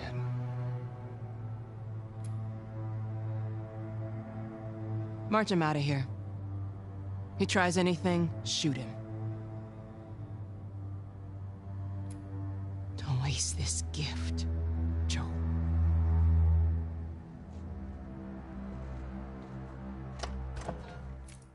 Marlene and Joel, their similarity is that they both care for Ellie. And Marlene were revealing that knew Ellie's mom and made this promise to Ellie's mom that she would watch over this girl. And now she has to go back on that promise in order to fulfill the Firefly's whole kind of objective, which is to restore mankind. This is the thing that she's dedicated her life to, means killing the daughter of someone she cared about. I know Marlene didn't know this is the consequences of bringing Ellie here. She is surprised by that as well. However, she accepts it in a way Joel doesn't. And she's wrestled with it. And now she's already by the time Joel shows up in the hospital, she's already come to terms with that decision, which is why she feels like she makes the mistake of keeping Joel alive, because she sees here's the one person in this hospital that could understand what she's gone through. Except he doesn't, because he doesn't agree with her final decision. But her mercy is what actually ends up killing her. And I guess her other sin is that she didn't run this by Ellie. Like, neither one of them, they're both playing the protective parent that thinks they know what's best for this kid and the world. But neither one of them is asking the kid, what do you think is best for you? Go on. Move. I said move. Fuck you doing? Keep walking. I said keep walking. Where was the operating room? I ain't got time for this. Where? Top floor, the far end.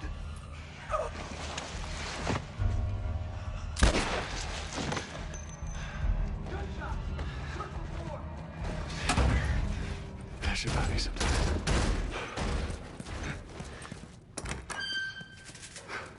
Sweet Jesus. Doctor?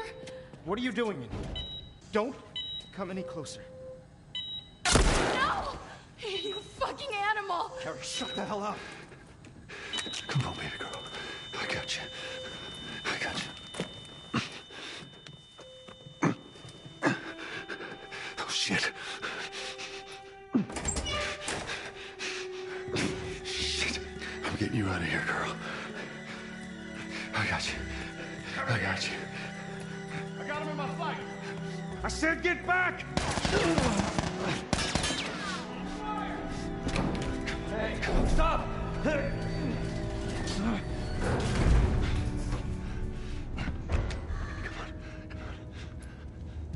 You can't save her. Even if you get her out of here, then what? How long before she's torn to pieces by a pack of clickers? That is, if she hasn't been raped and murdered first. It ain't for you to decide. It's what she'd want. And you know it. Look. You can still do the right thing here. She won't feel anything.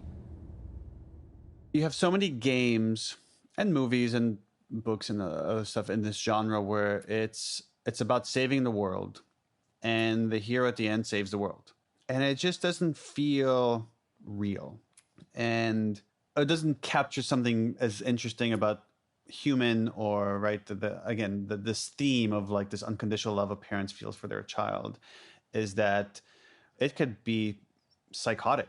That it could drive you to insane things of like how protective you could be of your child. So this idea of that you would get to the end and then choose to not save the world felt so more honest to me about like what we would do in this situation, and that it's ultimately like there is no cure. It's not about that. It's about saving the ones we love. And playing someone that could easily be perceived as the villain, that at the end of it, you could be the villain. I know a lot of players saw it that way. And I like the idea that they were seeing it that way, and that people make the argument for Joel as the bad guys. And to me, it's like you can make the same argument with equal weight that the Fireflies are the bad guys. That here are people that are willing to kill a kid in the hopes of making a vaccine. And then it gets to this whole philosophical conversation that I love. It's like, do the ends justify the means? At what point in pursuing good have you become bad? And there are no clear answers here. There isn't like, okay, well, here's the line. It's like, if you kill 10 people to save 1 million, then that's okay. But if you kill 100, that's too much. Like, no, I don't know how you draw those lines. So I just love that for Joel, and hopefully by now the player, they understand that like that doesn't matter. Like Ellie could save 1 million people, or she could save 2 people.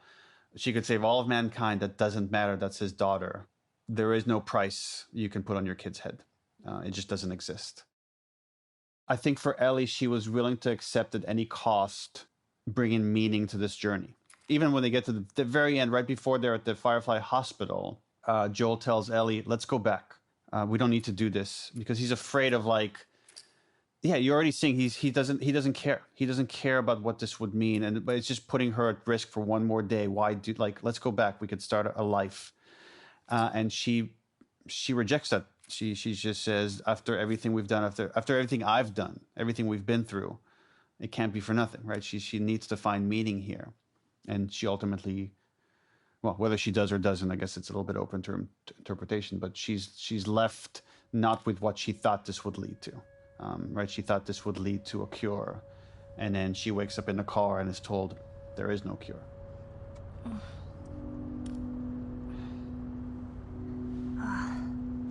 What the hell am I wearing? Just take it easy. Drugs are still wearing off. What happened?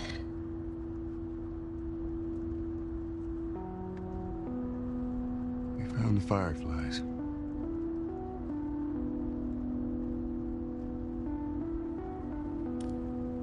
Turns out there's a whole lot more like you, Ellie. People that are immune. There's dozens, actually. Ain't done them a damn bit of good, neither.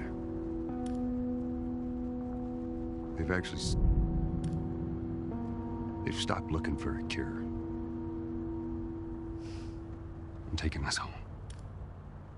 I'm sorry. When I first played through the game, I was like, oh, I absolutely would have made the same decision as him. And when I played through it recently, I was kind of able to see for the first time why so many people were not shocked by his decision, but couldn't believe what he did. And whereas before I was like, how? Who would not do that? You know, for me, Ashley, I don't think I would do anything differently than what Joel did. I don't have any kids, but I have 7 nieces and nephews. And if this happened with any one of them, there's no way I would leave them on that table. I would steal them and kill every single person that was in my path to save them. But I don't think I would lie to them. I think that is where the fault was with Joel, but I get why he lied. Because he can't live with her being disappointed in him. And I think he knows that she'll be upset and possibly never forgive him. And I think that's the same part of himself that pushes people away. You know, he lives his life with a lot of rules and sets up these parameters to protect himself. And he still is doing it until the end. But I think he has realized, wow, here's someone in this world that I care about, and they care about me. And that is more important to me.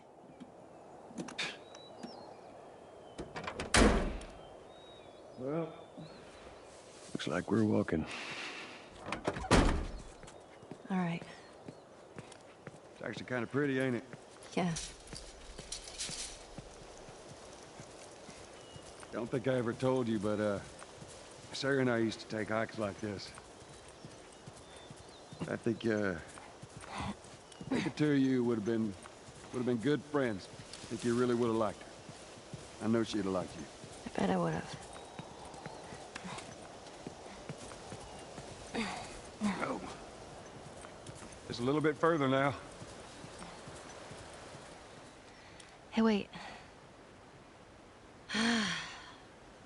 Back in Boston, back when I was bitten, I wasn't alone. My best friend was there, and she got bit too. We didn't know what to do. So, she says, let's just wait it out. You know, we can be all poetic and just lose our minds together. I'm still waiting for my turn. Ellie. Her name was Riley, and she was the first to die. And then it was Tess. And then Sam. None of that is on you. You don't understand. I struggled for a long time with surviving. And you... No matter what, you keep finding something to fight for. Now, I know that's not what you want to hear right now. Swear to me. Swear to me that everything that you said about the Fireflies is true. I swear.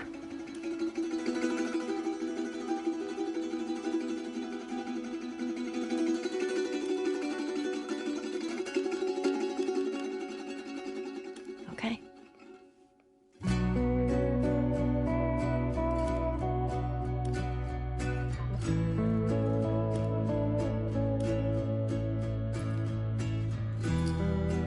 I think Ellie wants to know the truth, right? Which is why she's been mulling this question, this idea of like that she wants to make Joel swear to her that he's telling the truth because something definitely feels off to her. But then she also got this thing that she's been looking for the whole time, is like someone that's not going to leave, someone that's going to love her unconditionally. And can you reconcile those two things? Can you be with someone that has wronged you in this way, or that has lied in such a way to make you lose trust? And there's this, again, this whole philosophical debate of how far are you willing to go to protect your child as far as Joel's arc. And this idea of taking him to the end of the line, like what's the most extreme act he would have to take? Because every time there's an obstacle, like, right, characters will take a path of least resistance. Whatever the least they have to do to achieve their goal, that's what they're going to do. So you put an obstacle, so they have to take a more extreme choice, and another obstacle, they have to make more extreme choice. Okay, now he's like, Tess has died. He sacrificed that. Okay, now he's sacrificing his safety. Okay, now he's sacrificing. He opens himself up to loss in a way that he hasn't before. So he's starting to sacrifice himself. Okay, he's sacrificing all of mankind to say, okay, where do you go after that? It's like, oh, he's willing to sacrifice his relationship with her to save her. That's the ultimate sacrifice that he could make. It's like he's lying to her, knowing that this could be it. She might never trust him again, but he's got to do that so she doesn't go back to that hospital and try to get the cure.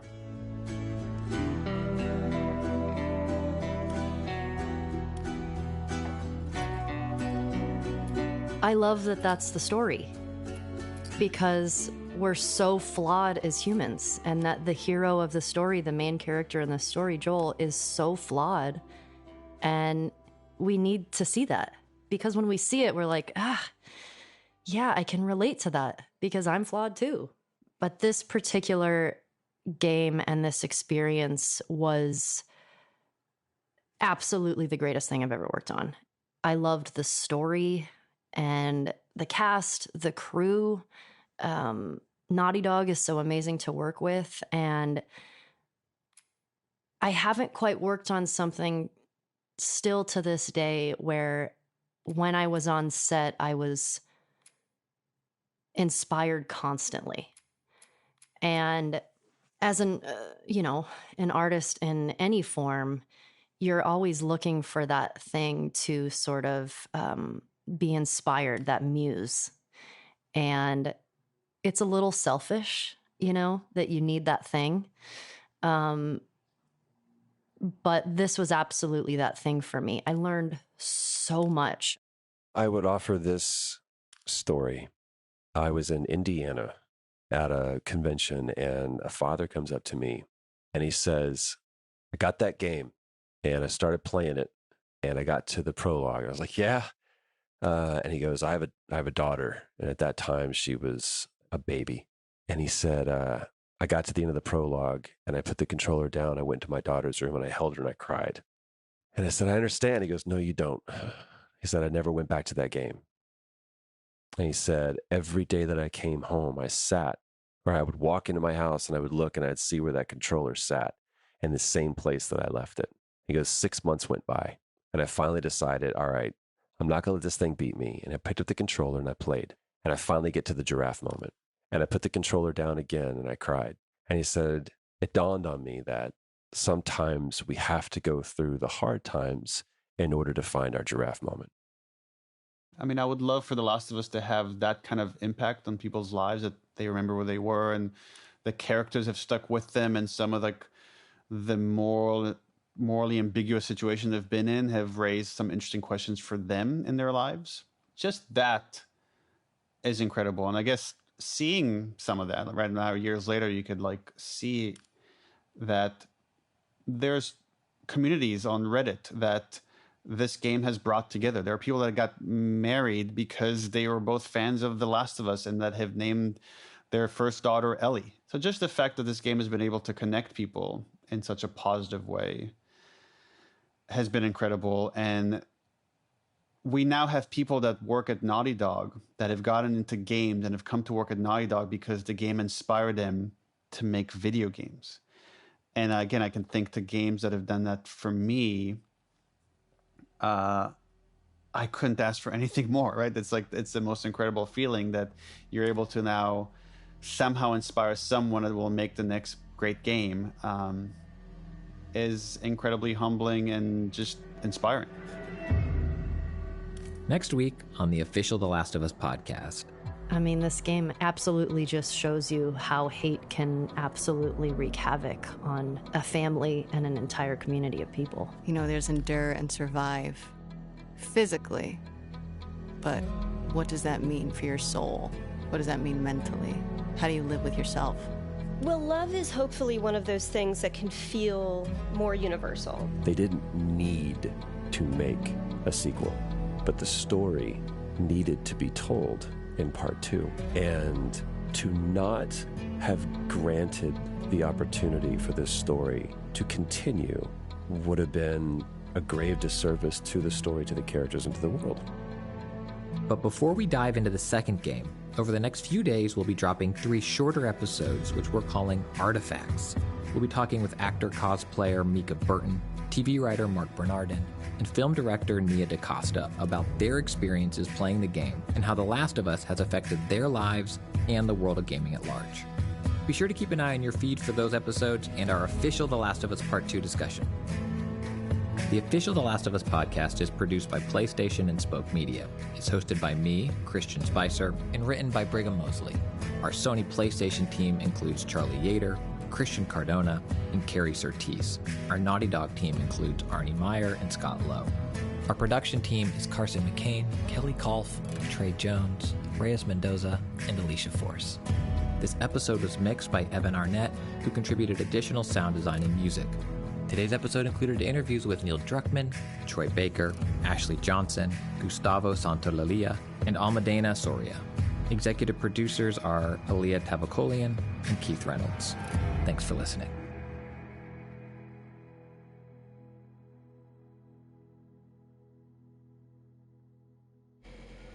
Me mata como pronunció Gustavo Santaolalla. Bueno, los voy a mandar con el señor Akuma. Ahí decía, bueno, en el próximo episodio se ve que después, bueno, hicieron más podcast con la segunda parte, pero obviamente eso a futuro. Mándenle saludos a Kuma, que no sé qué está jugando al Cuphead. Está ahí tryhardeando. Así que quédense para la raid, a los que estén por ahí. Suele dibujar también, creo recordar, era Kuma. Y pone buena música de fondo a veces, es buen DJ. Nos vemos prontis. Antes de arrancar el The Last of Us 2, también voy a pasar el documental. Que ahí también hay un poquito más de... Todavía hay un poquito más de extras de The Last of Us. Así que nada, nos vemos prontito. Muchísimas gracias a todos por todas las raids y por la buena onda. 10 segundos y partimos. Nos queda esto, Grounded y From Dreams. Adiós, adiós. Besito, chau, chau.